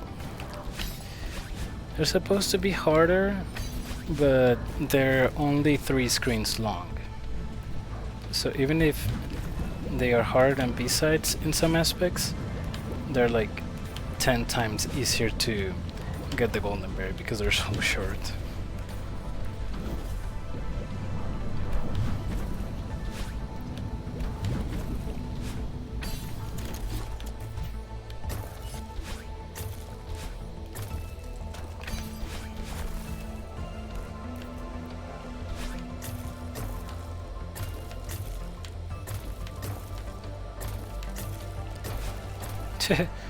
Early Deadless 2? Yeah, all of the B sites and C sites and A sites and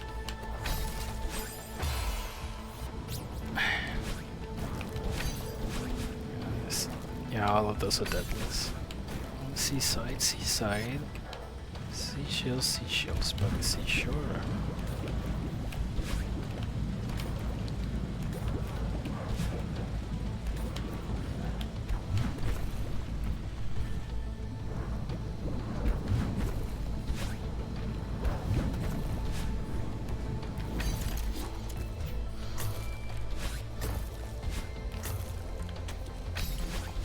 Also, that's kind of stupid. Why would someone sell seashells on the seashore when you can just grab them for free?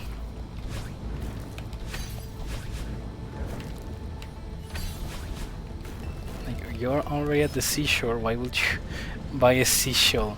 So, you know, unless you're too lazy to search in the sand or don't want to get sand in your sandals or something. Then again, if you're at the seashore, you're likely already in sand, so I don't know who invented that.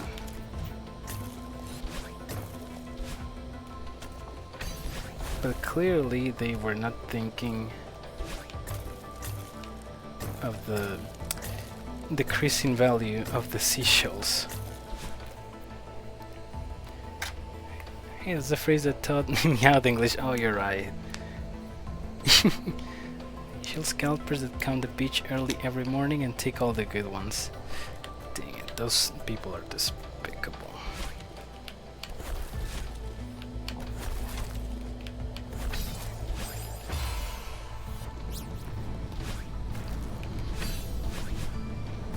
Reminds me of the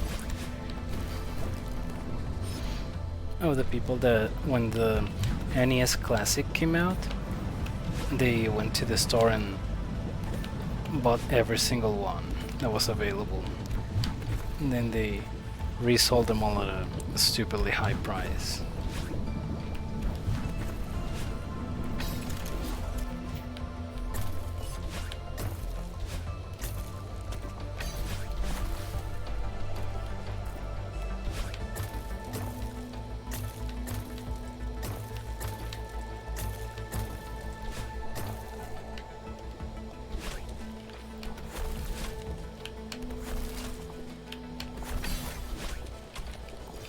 I'm dead. Scalpers ring everything point blank. They do. They really do. They leave you with nothing, and if you want it, you have to pay like at least 3 times the price of the original. It's kind of the same with like concert tickets. Concert ticket resellers are the worst. Something digital copies are immune to, at least? Yeah. That's the advantage of digital. That doesn't mean that we don't want physical games, you know? We would like a little cartridge instead of just having a box with a download code.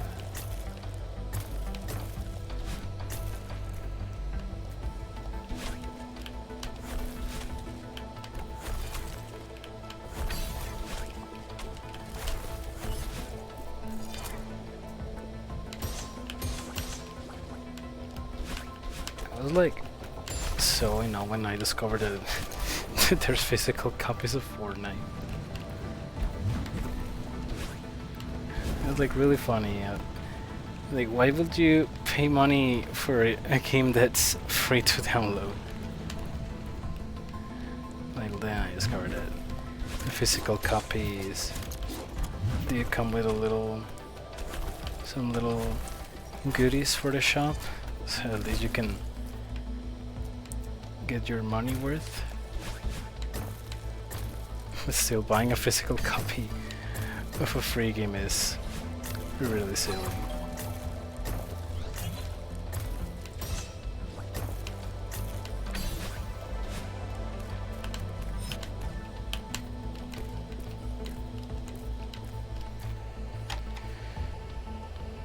I'd love to see my favorite band in a nearby city. Yes, I want to pay $800 for nosebleed seats. No, thank you.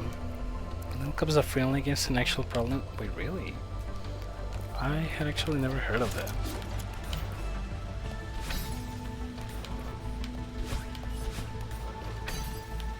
I had only heard of Fortnite.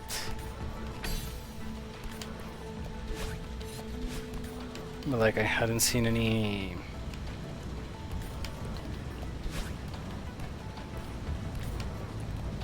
physical copies of Fall Guys. It's more of a scam than a scalp situation, but still bad. Yeah, it really sucks. Any situation of people taking advantage of people that don't know better, it always sucks to see. I don't know what's my problem at that part. I'm just like physically unable to do a diagonal upwards dash.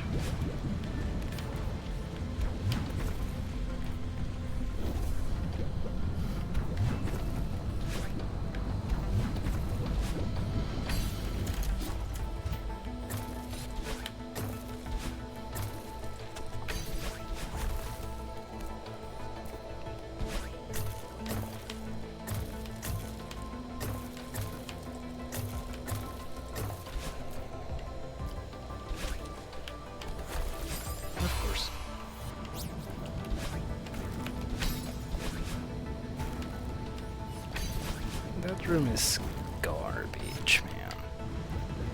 It's even worse than the final room.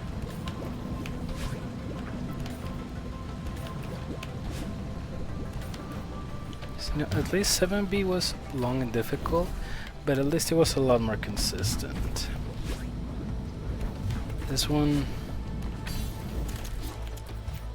from the moment you have to follow cycles, and if you're off the cycle, it's a pretty much guaranteed death.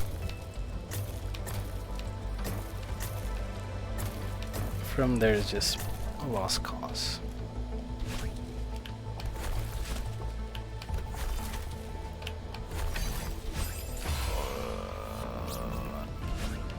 And those tight gaps.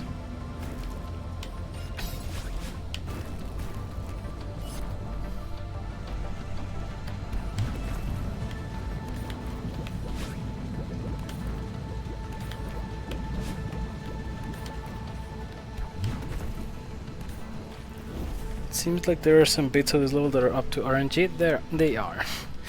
They honestly really are. Even if you follow the supposedly consistent strats that are supposed to work every time, there are some rooms like that one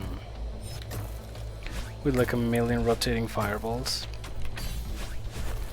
that I just need to get lucky to be able to get past it. I need to get good RNG on the game, and I also need to get good controller RNG. Make sure that it doesn't go in a direction that I didn't want to.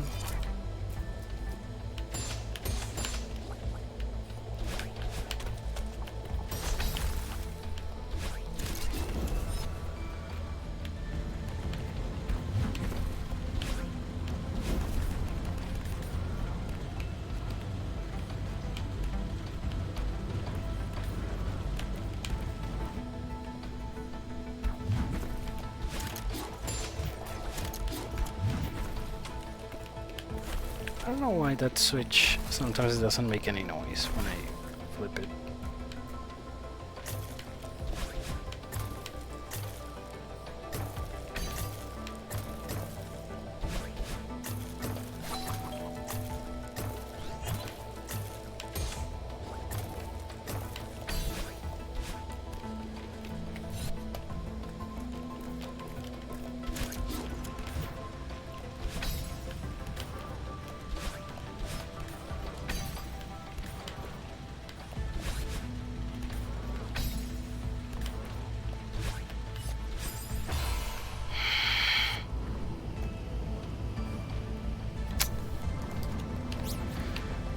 Man, I'm getting stressed. I made it to the final section 3 times, and all of those times I died to an extremely ridiculous mistake.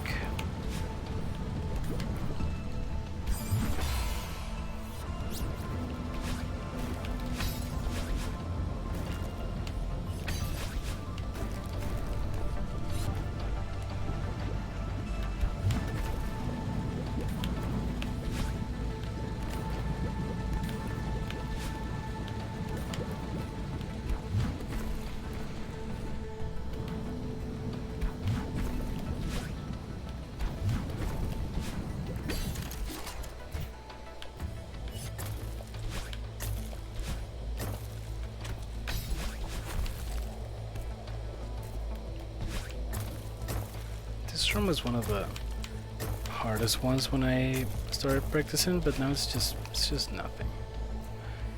You can practice certain rooms like in 7B. Fortunately, not really. There are like a lot less checkpoints in here.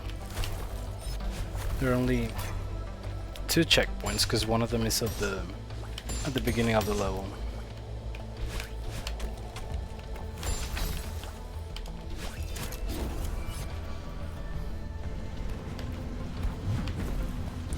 This checkpoint and the checkpoint at the beginning of the vertical section, and no more.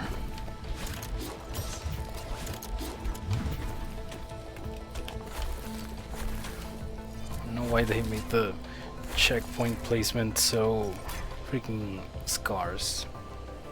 Level sucks. It does. It really does suck.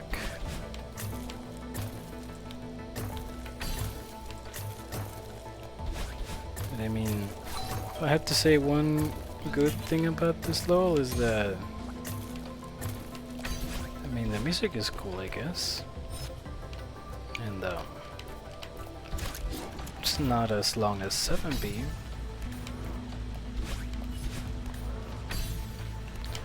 And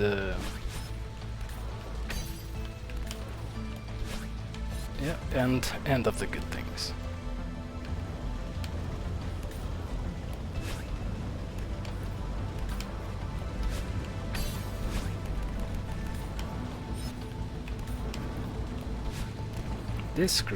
This next screen sucks.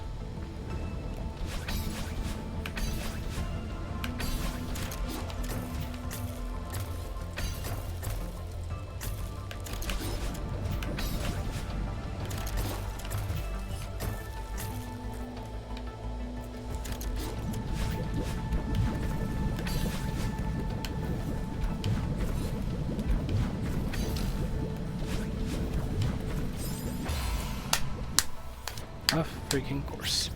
The 1 pixel of the lava that touches my toe.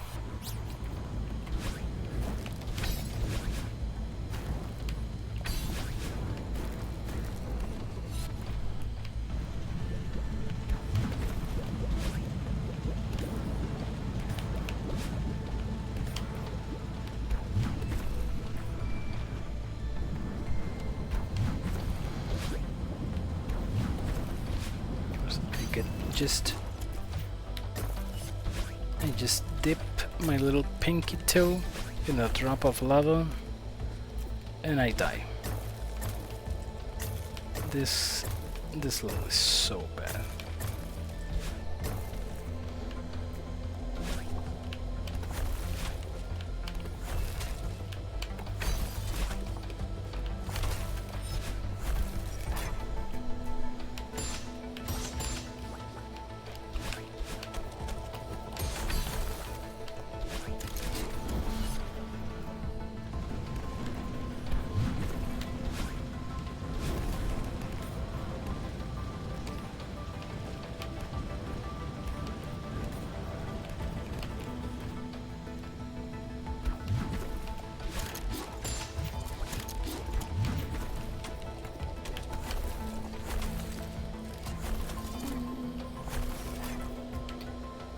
Hey, at the very least, I'm looking on the bright side.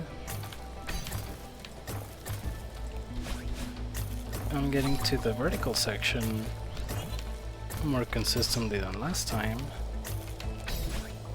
So, like we said earlier, progress is being made nonetheless.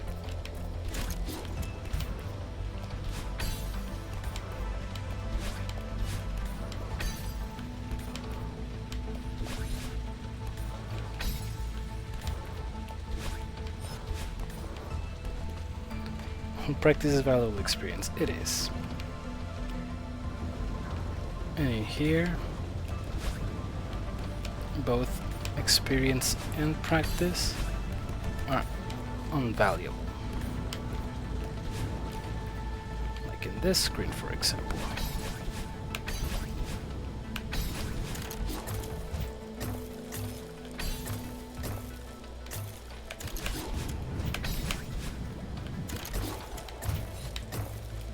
Should probably do that. Yeah, churn is frustrating. Yep. Should probably just do that strat. That strat that I accidentally do with the misinput, because it seems to be working a lot more consistently than my other strat.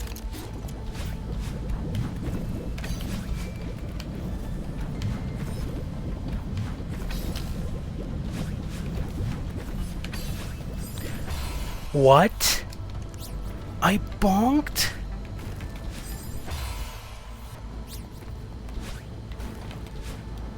Okay, now I'm getting diagonals when I don't want them. How did I bonk?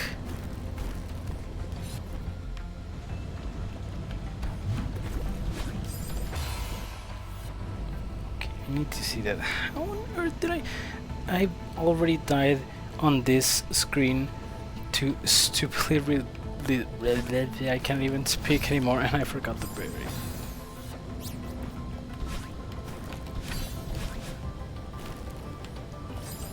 Third time already that I've died on that screen to some stupid shenanigans.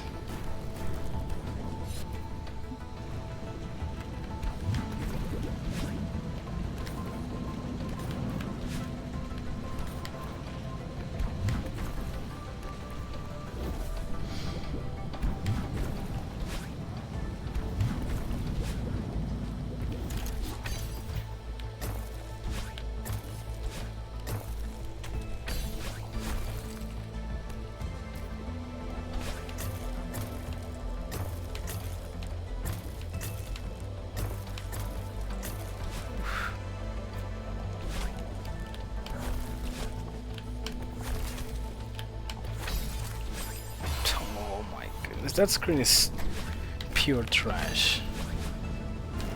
That screen is even worse than all of 7B combined.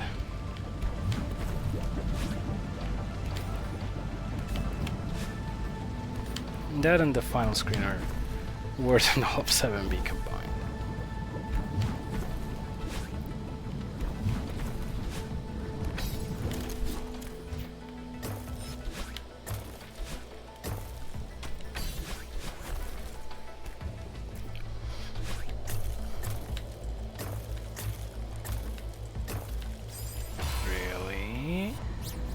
Right after saying that that screen was nothing.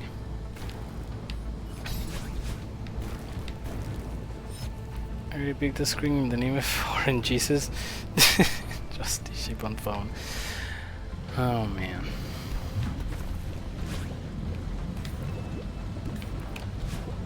It's just every level, every single one of these levels has that one screen or a couple screens that if they just weren't there, the level will be so much bearable. So much more bearable.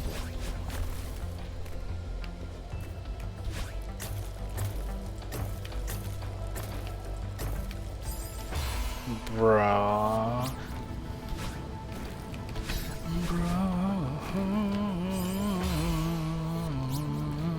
This level freaking sucks.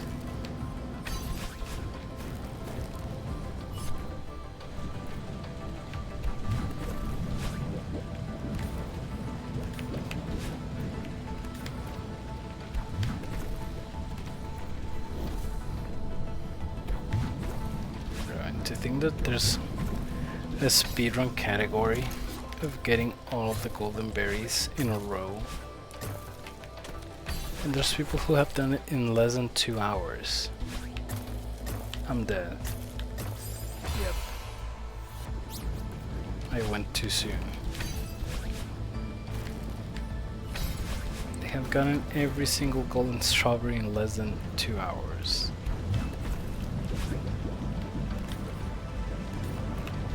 Of course.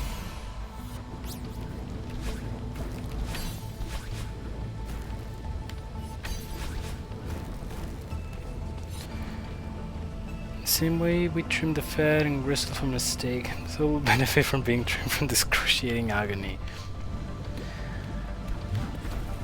Never has a truer truth been said.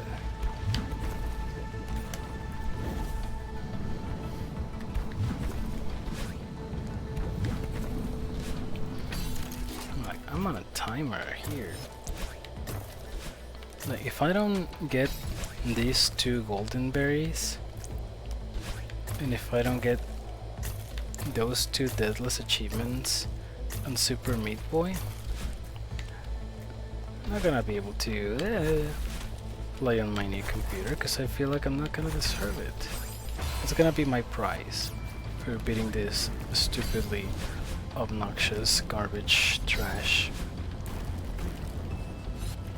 and that absolutely nobody likes achievements.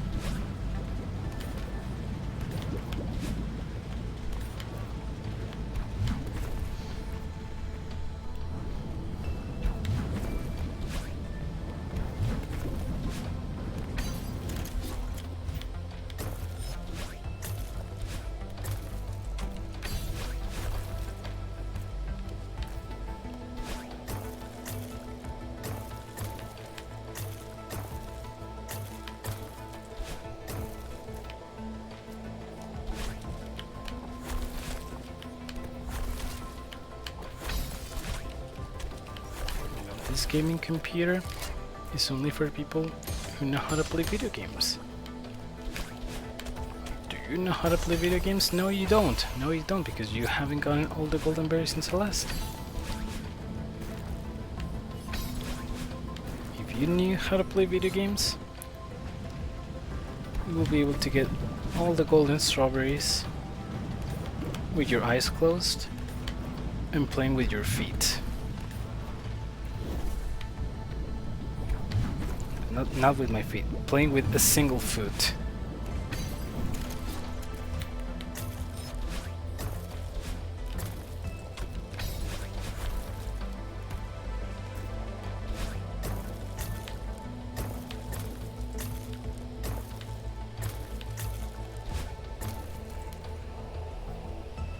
Melvin climbs a literal mountain, you climb here the mountain of Deathless achievements. It's just the game really, you know, it treats there's a lot of elements of, you know, depression and anxiety and mental problems, and the game is like, you know, just so that you get a taste of it, here are the golden strawberries, have fun, you think it's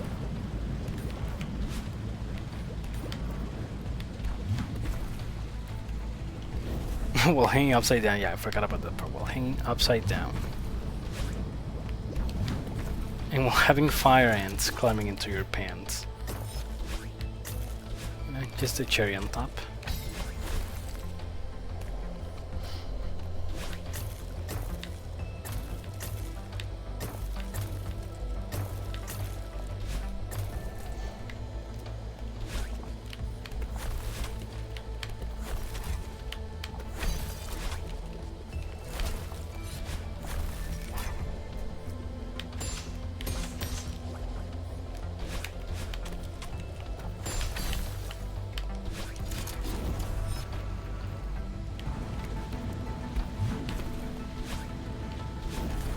Dang it.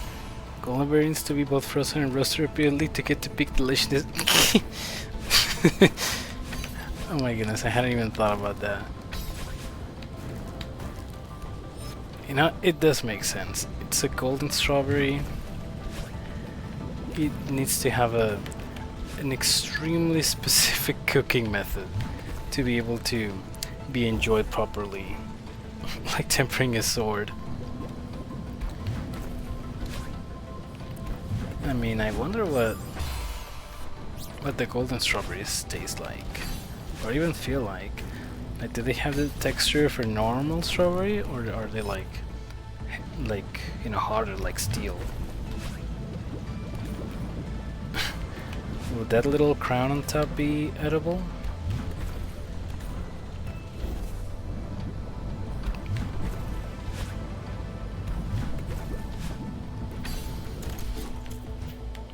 And I'm just looking at it, I feel like I might chip my tooth if I try to bite into it.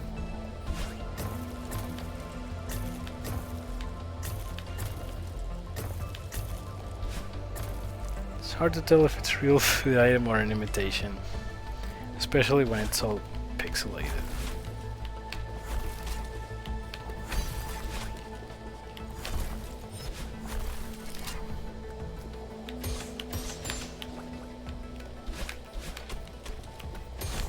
I think that's something we need to ask the developer, because like in the endings, when we get like a different strawberry pies depending on how many strawberries Madeline got on the journey,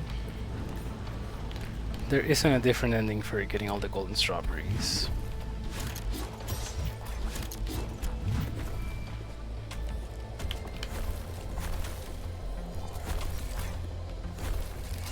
You know, apples come in a million different colors, but strawberries with so much. It's a good question.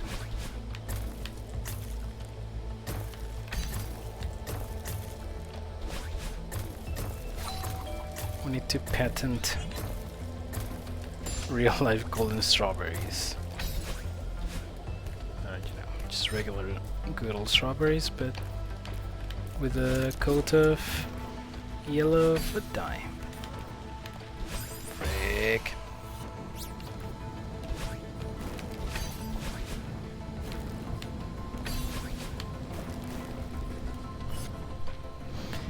And every time you eat one, you get overwhelming feelings of despair and agony, just like in this game. So much easier. It's okay, it's getting late at night. I don't even know what I'm saying anymore half of the time.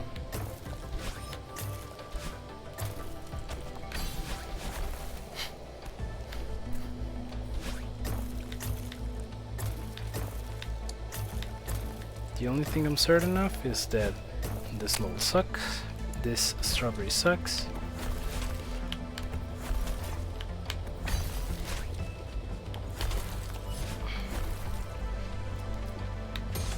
And the game will be so much better without the golden strawberries. What was that, dude? I literally pushed right for a single frame and I just got sent flying through the 30 million miles per hour there.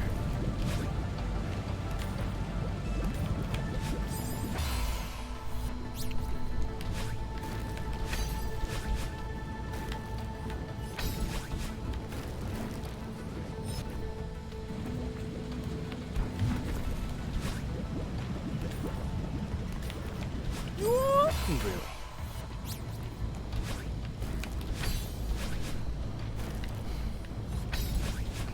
And to think that Mario the Lost Levels didn't make it into the American market because apparently it was too hard for American gamers. If they saw Celeste Golden Berries back in the day, they would have had an aneurysm.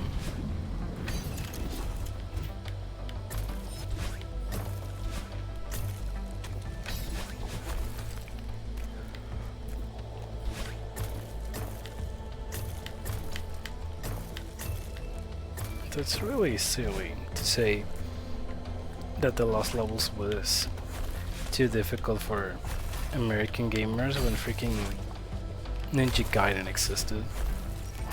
Just imagine a line strawberry flavored gum with different varieties. The agony flavor is strawberry cinnamon, the despair flavor is strawberry plus cold mint. Your mouth is definitely gonna feel fresh after getting that one.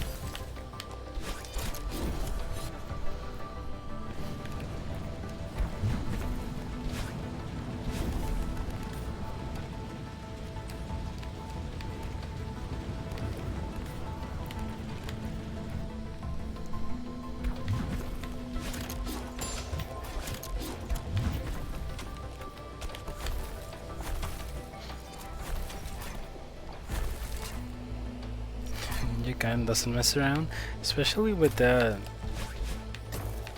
dumb mechanic. Or like if you die at the final boss, you go all the way back to the start of the world instead of the start of the level. I don't know what they were thinking.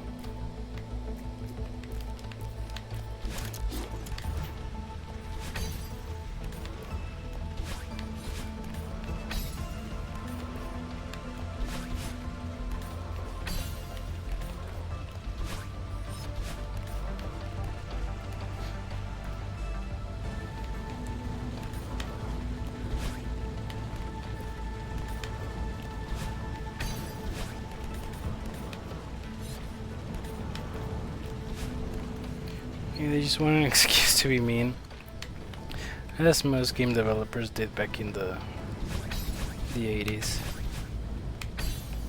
I pushed dash, dude! I pushed dash!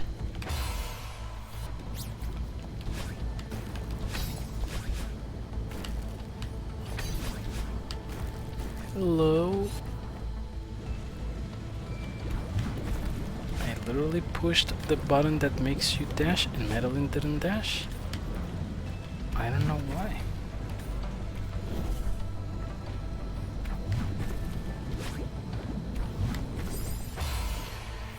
Making nothing but cutesy self-cuddly cartoony stuff takes a toll on the average game dev psych. Game developers and wanting to put stuff to make their games extremely difficult for no reason other than just being jerks. Something that has been a thing since the 80s.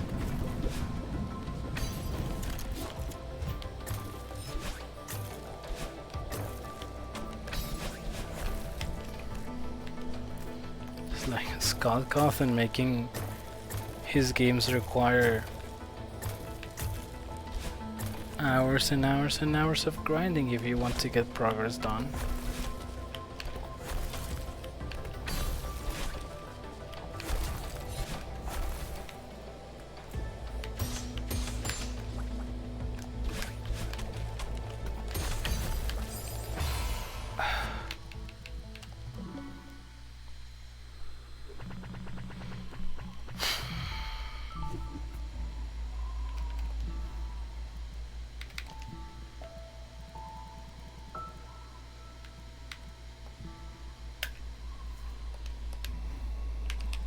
I should make things easier.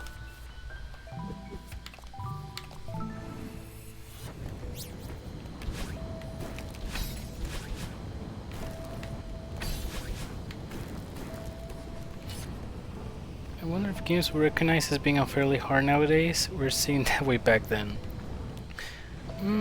Probably. I mean, games in general were like extremely difficult. So now there's stuff for everyone. There's like super easy games, there's really difficult games, there's games for people who just want to have a relaxing time, games for people who want a good story or a good challenge, or just have fun with friends. But back then there weren't really a lot of options.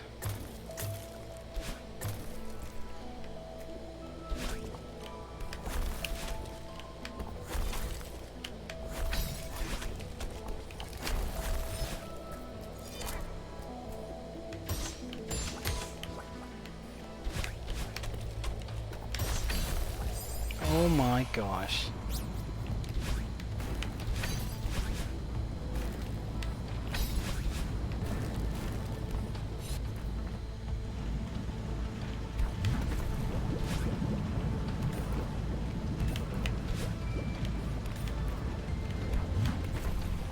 And there's Tetris, which is eternal. It is. No matter how much time passes, Tetris is still going strong. With the 100 million versions that exist on Steam and on Switch. Tetris 99, Tetris like Grandmaster, Super Psychedelic, I don't know, whatever the heck. To the square root of 3.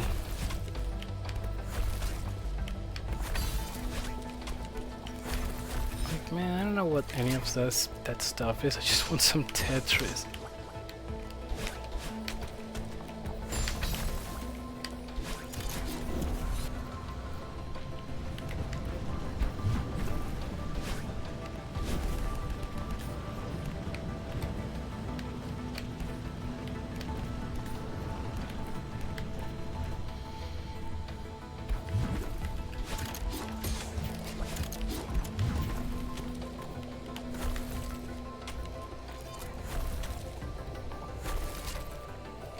Tetris Golden Berry Edition.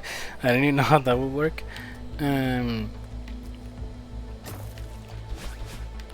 I'd say if you don't get the so-called Tetris ending where you're like game starts to glitch and everything, if you die before that, your NES explodes. That should be fun.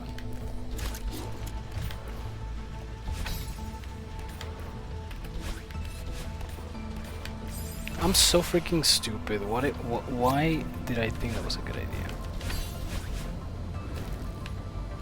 But hey, the crouch dash actually does seem to be working. To hit the kill screen or doesn't count. If you don't hit the kill screen, the cartridge starts to melt from the inside.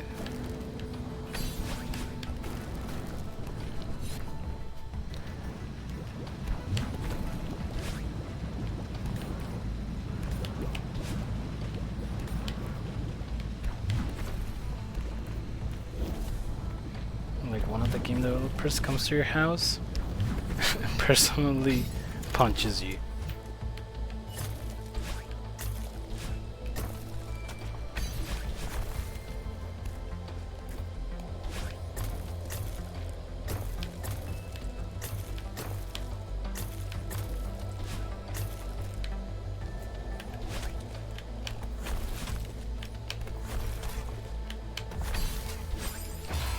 Okay, I should probably assign it to a much better button, because that is kind of uncomfortable.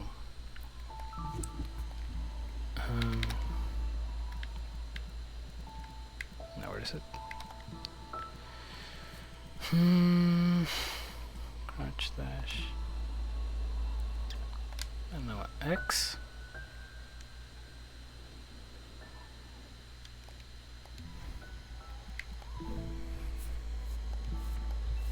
I guess X.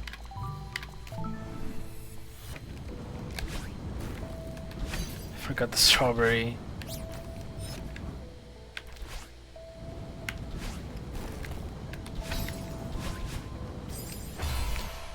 And it didn't matter.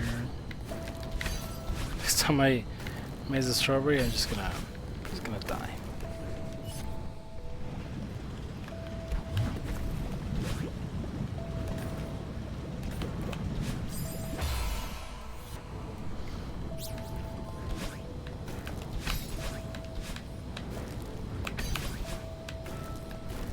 Generally, how have I only been streaming for 2.5 hours? I feel like I've been here since the beginning of time.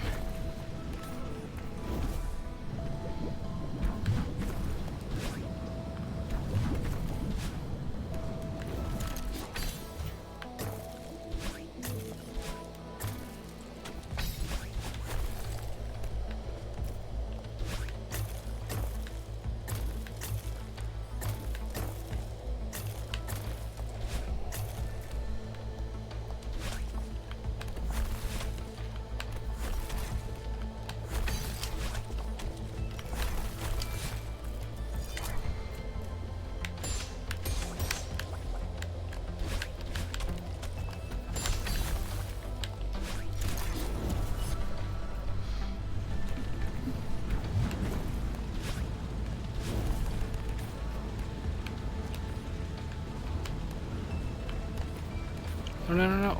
Ooh, that was close.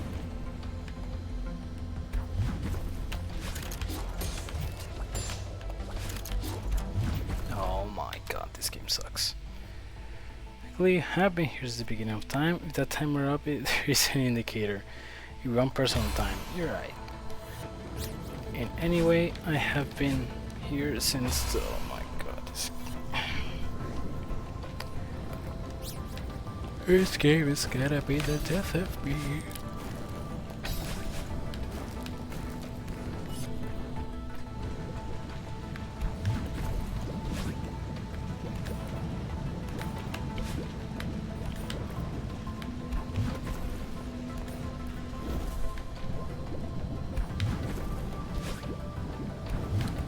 I think that there's someone in the world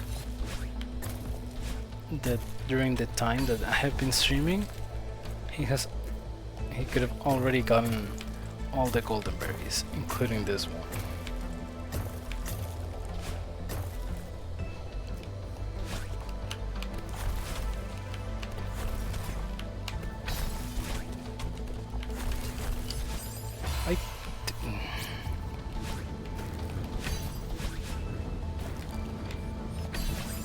Wish there was a way to view hitboxes, like in Geometry Dash.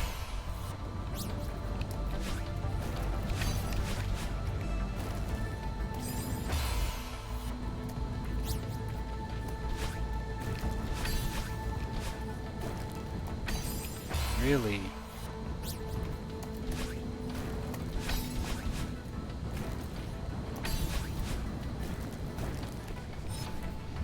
Hey, but definitely not for the first time. You know what? Fair enough. You're right. Everybody on their first time struggled.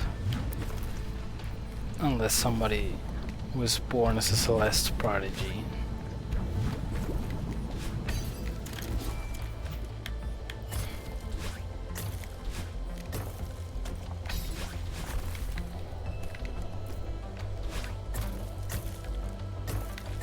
But you know, one thing is certain. I am not gonna hit 200 hours before I'm able to beat this.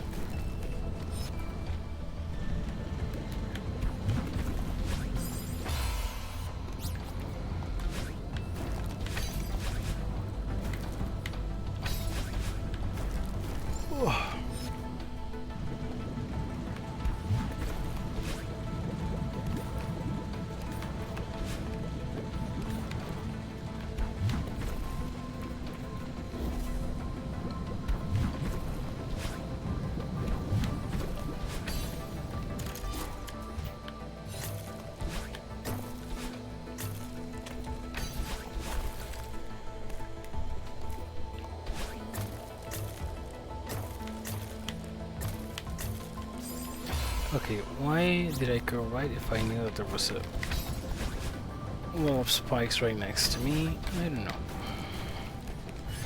I don't know why I'm doing anything anymore. It's so freaking hot in here, I hate it.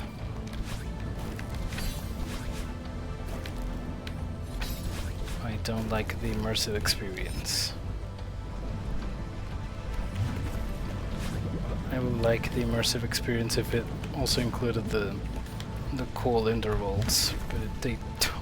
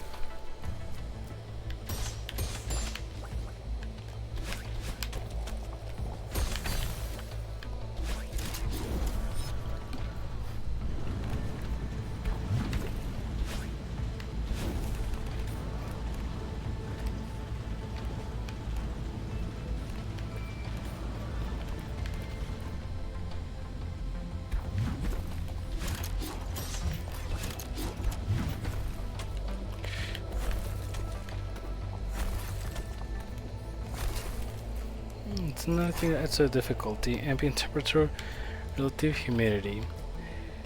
I am freaking sweating like crazy. Dude!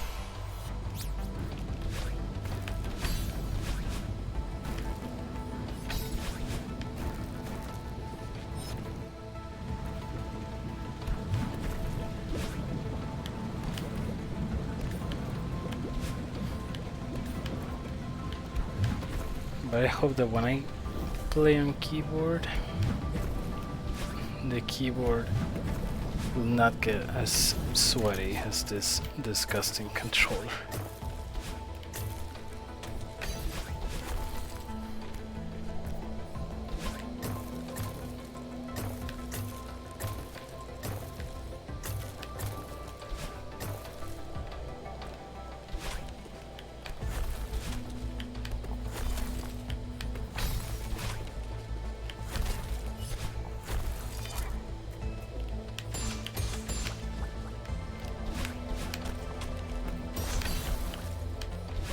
I wonder if make it sweat-proof keycaps.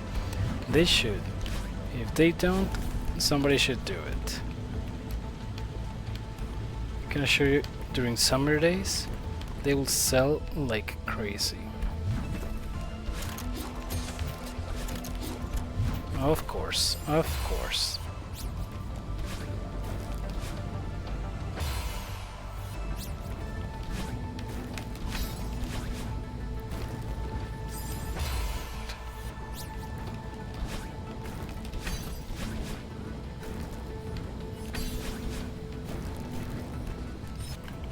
Like little rubber grapes or something like that. That would be so good. So good and so cute.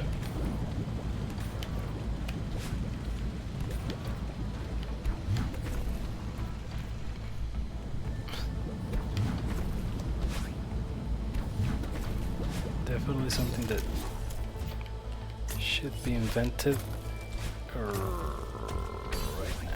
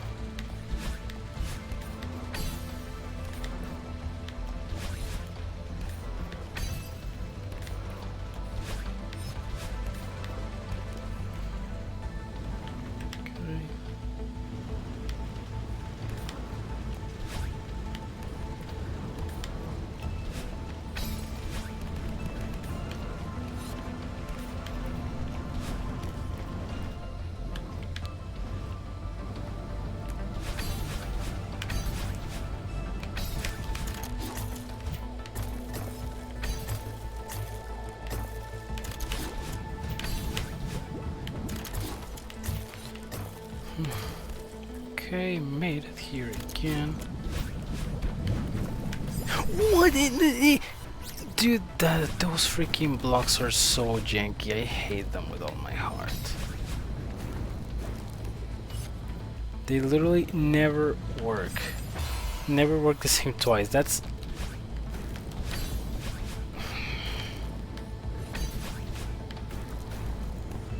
Yeah, those blocks are the RNG part. I swear I'm doing everything the exact same way, and sometimes they launch me 50 trillion yards in the air, and sometimes they do like the most flaccid throw ever.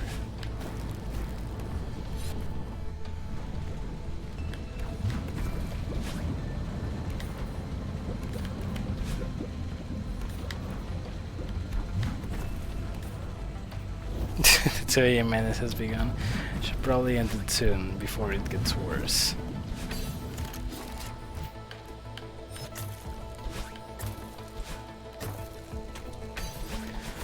Final Surprise wouldn't do this to me. Well, maybe the second one. But like, that's it.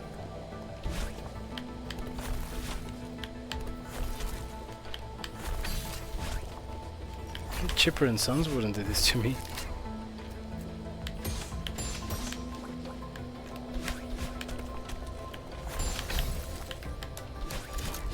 Chipper and Sons. I already missed that game. Even if it was so freaking monotonous and it was just me walking from left to right, from right to left. Oh my goodness. There's a freaking bug in my table and it distracted me. Are there any more bugs? No, I think that was the only one.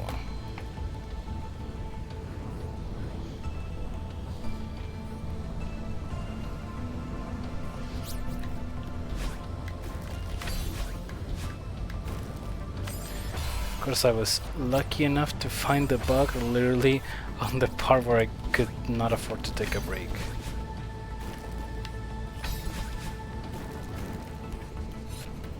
Coffee-kun would never, exactly.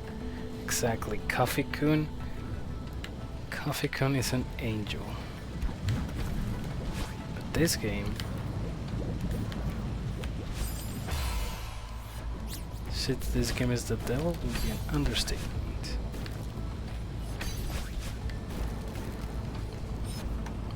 Bugs are sabotaging you. Freaking bugs don't want me to win. I don't know what I ever did to them.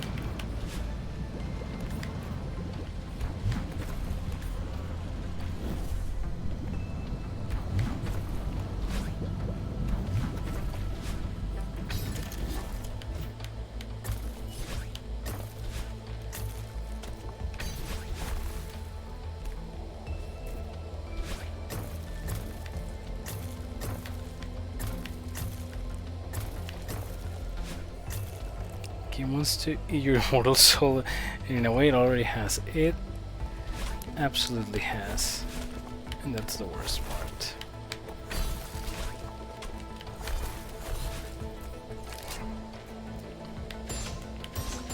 Right there, I was probably like a pixel away from dying. At this point, I feel like I will have a better time playing getting over it with Bennett Foddy than with any of this stupid golden berries.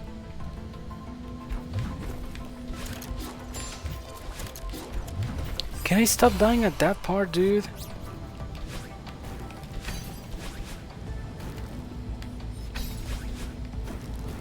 Like, jeez.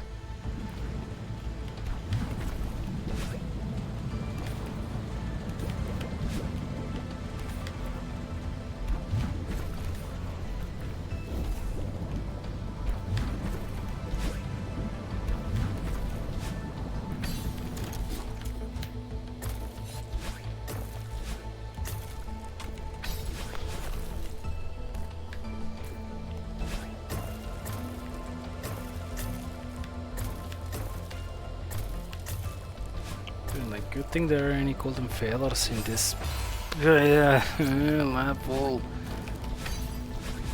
or it will be even more garbage than it already is. Let me tell you, it already is extremely garbage.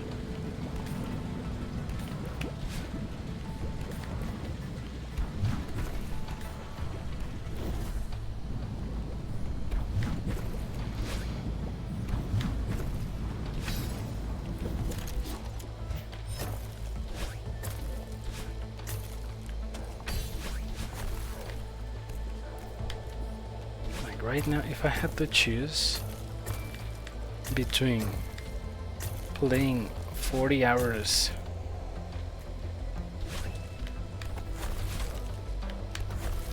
of this one level or not, I'll definitely choose not to.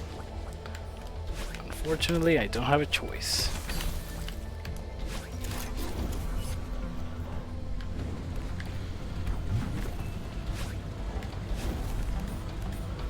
Not because I want to, because I have to.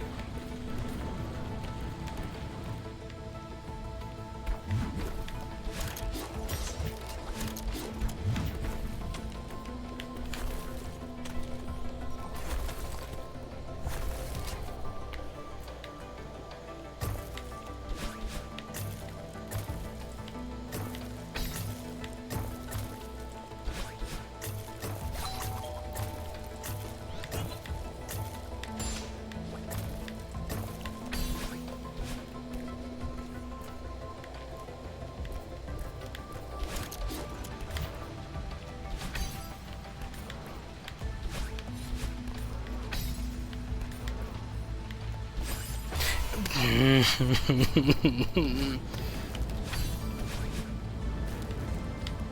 don't even know what I'm doing wrong. I swear I'm doing the exact same thing, the exact same inputs at the exact same millisecond every time. Sometimes they work, sometimes they don't. This game doesn't make any sense. This game is so bad, and I hate it. But I can't stop playing. It's like Tyler 1 would say, this game is trash. This game is trash, and I'm addicted to it.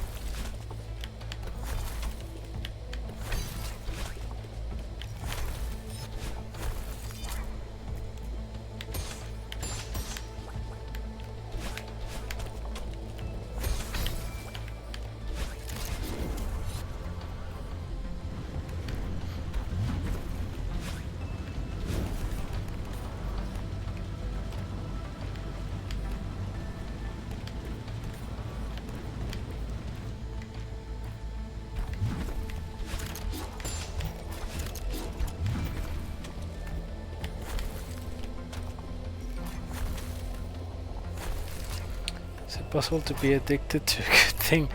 I don't think so.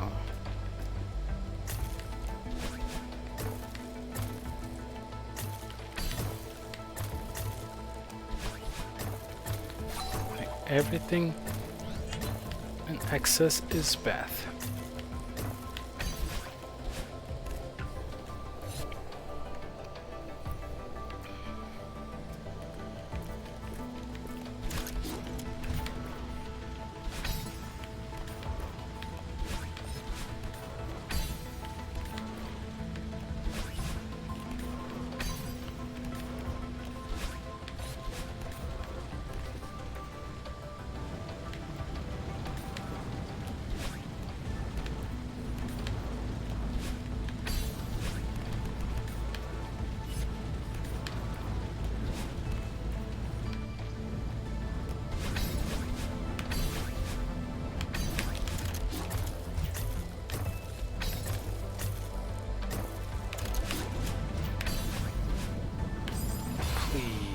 Please.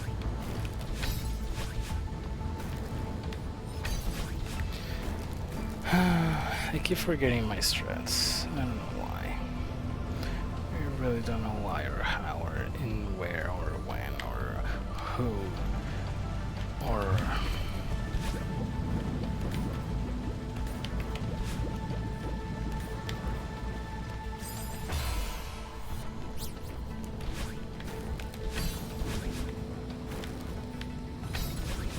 Really use a Scooby snack for motivation right now. Or a witch, yeah, I forgot about that, sorry. Or a witch. Or a whom?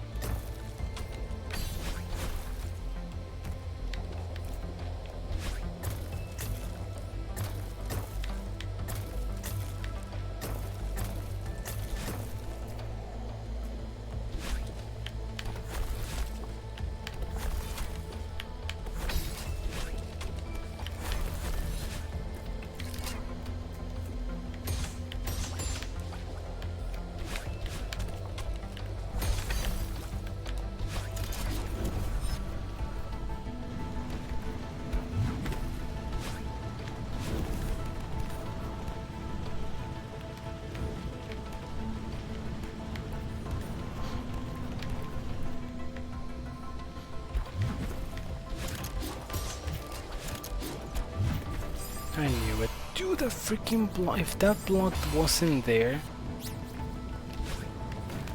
society would be so much better.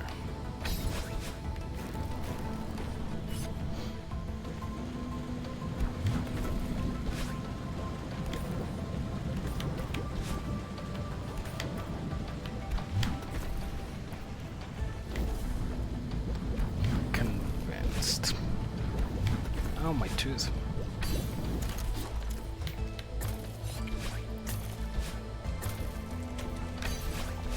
One block is standing between us and utopia. Exactly. That one block is what's wrong with the human race. Oh jeez, what the frick?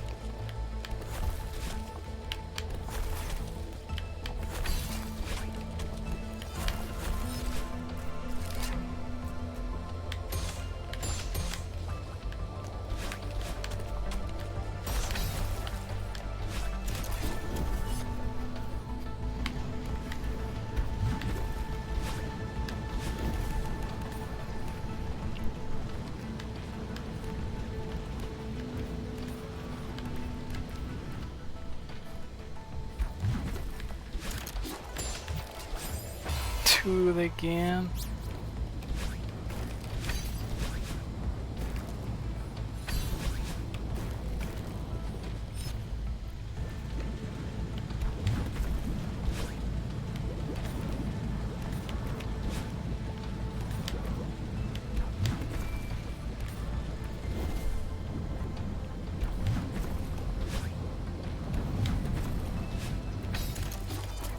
Nope.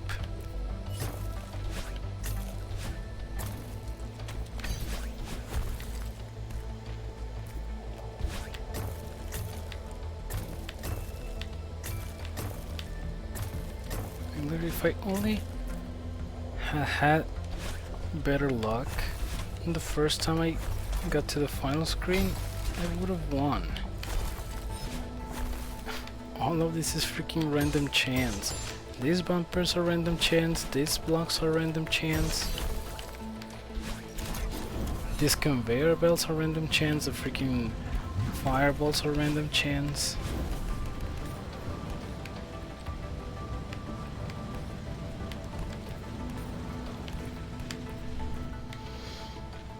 These freaking tile gaps are not random chance, but god, I hate them.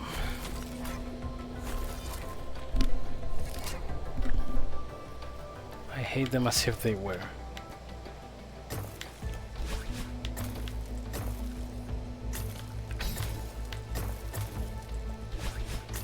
No, I knew that was gonna happen.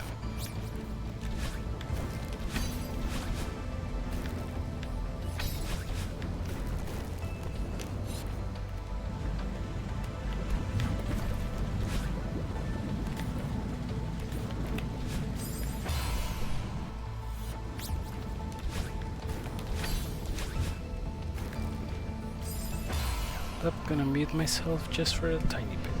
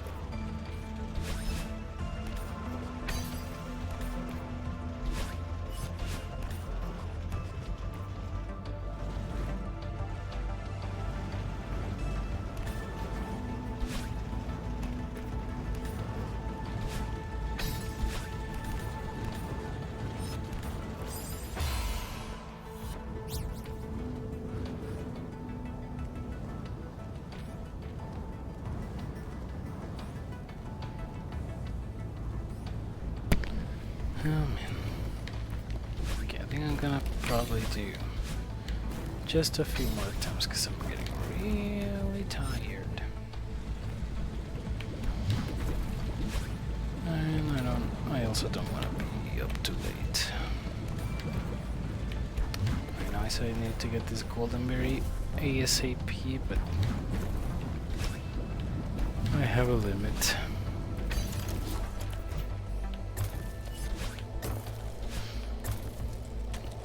I've been streaming for like what, 3 hours already? Damn.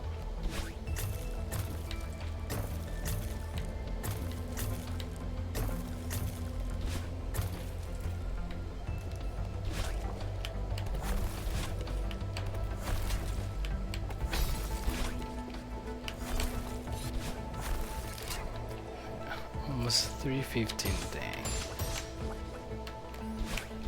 Oh, at least it was a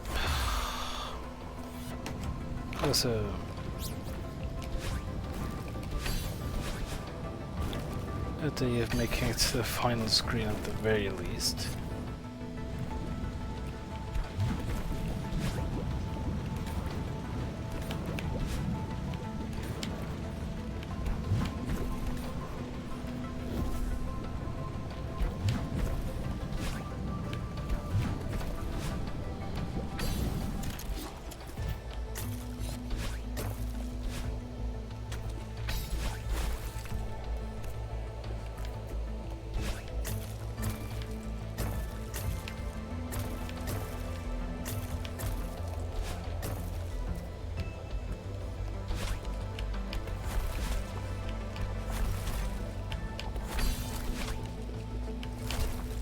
Wait, Blue, what time is it for you? Is it like later for you for me? Or are we on the same time zone? So I think even if we're in the same time zone, here we don't do daylight savings anymore. It's like the entire year we have the same time. 2 hours ahead of you. Oh, oh my goodness, it's 4:30 a.m. for you. Oh my goodness, you really should get to sleep. Yeah, ending the stream soon for both of us, for both of our goods. Okay, this is gonna be the last attempt.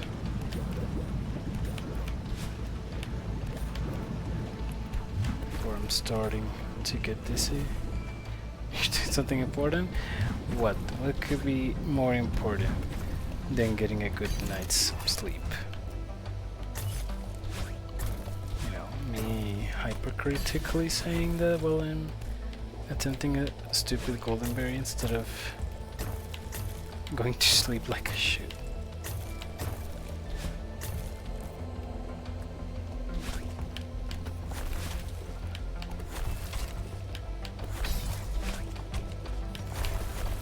Staring at phone. Okay, you know what? Not bad. Not bad. That does seem like something important. While giving more support. Oh, well, thank you. I will always appreciate all the moral support. Ugh.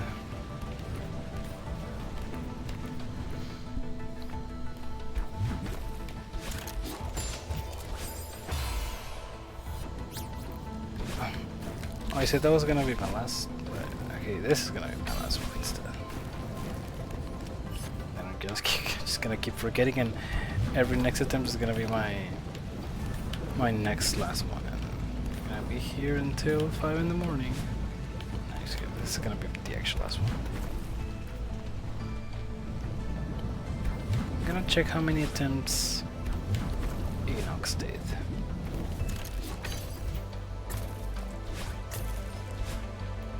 We had around the same amount of deaths at the end of 7B. So I just want to check how long hypothetically more is gonna take me. I'm gonna do the seaside, just so you see what it looks like.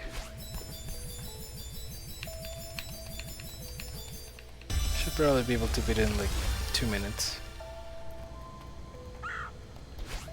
Oops. Need to do some wave dashing.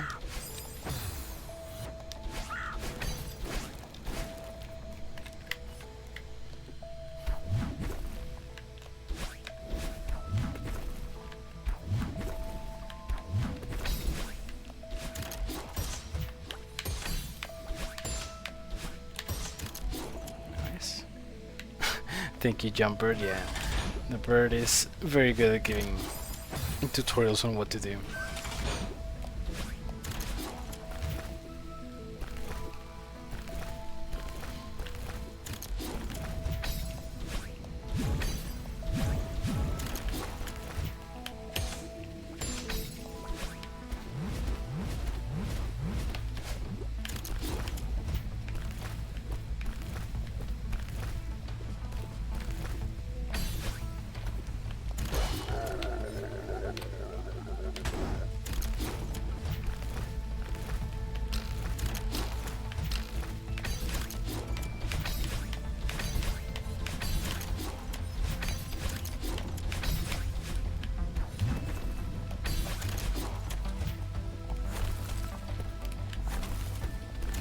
No, I was so close.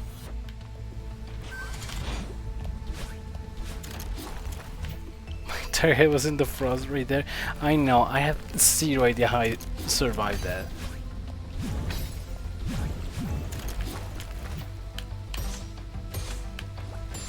Really?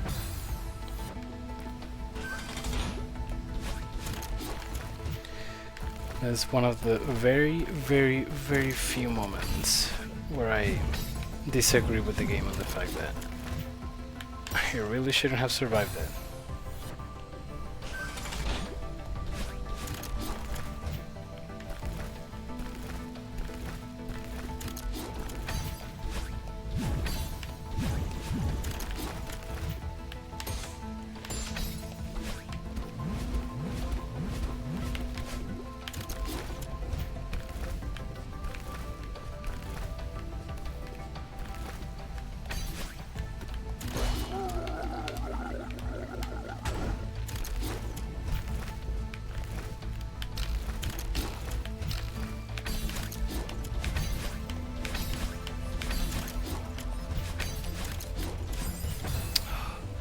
To keep it a lot more down.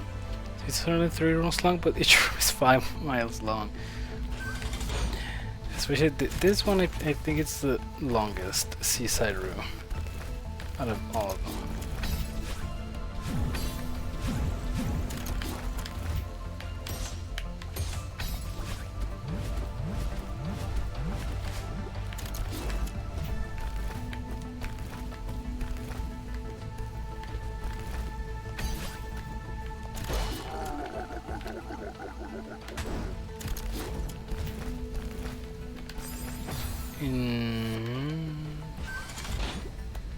So you know, it's like this level's design is much harder than 8B, but getting the golden is much easier here.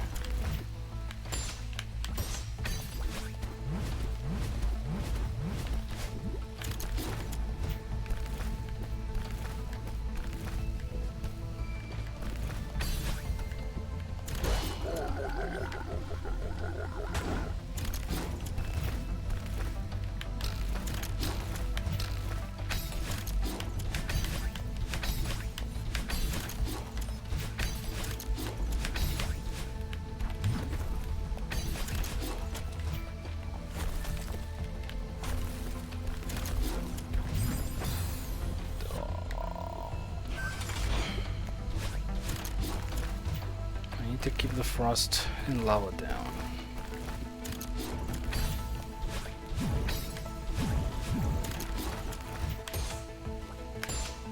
Okay. That weird Thwomp really doesn't like the cold. As soon as it gets cold, he's just out of there.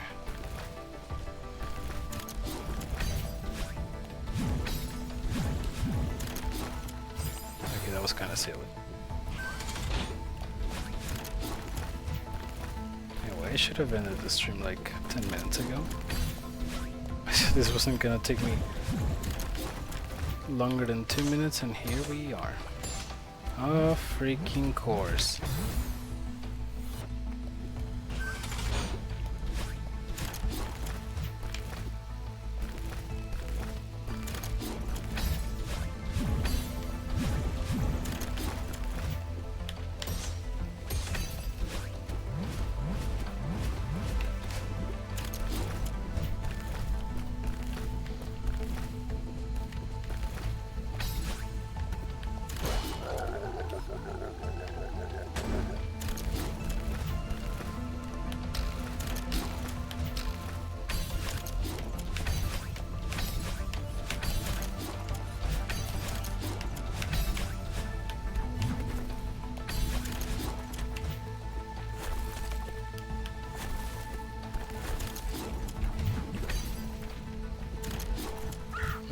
Final wave dash.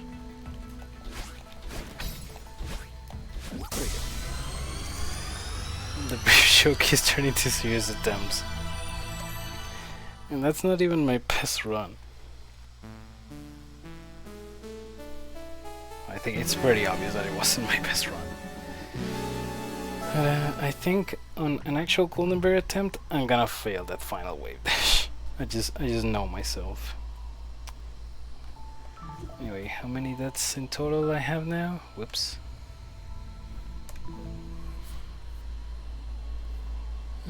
It's a really high number. You know, we're slowly getting to that so desired 202, right next to the berries.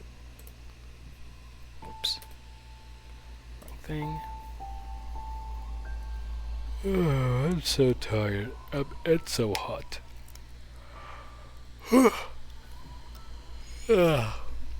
Anyway, I am going to be ending stream here. I stream for 3 hours and 22 minutes. It's a decent time, I guess. Yeah, I'll make sure to come back to this as soon as possible. Maybe tomorrow. Maybe the day after tomorrow, but I am definitely going to have this done by the weekend. If I don't have this done by the weekend, I don't deserve human rights. Okay, time for bed. What's the point redeemed for going to bed? Yeah, we're all going to bed. We're gonna have sweet dreams, and hopefully not dreaming about this stupid level. Thank you for the stream. Thank you for joining. Thank you for joining us always and keeping me sane with moral support during these stupidly difficult challenges. Yeah, thank you everyone for watching. I hope you all have a great rest of your night. Sleep well, and I will see you all in the next one. Bye bye bye bye. Take care everyone. Good night.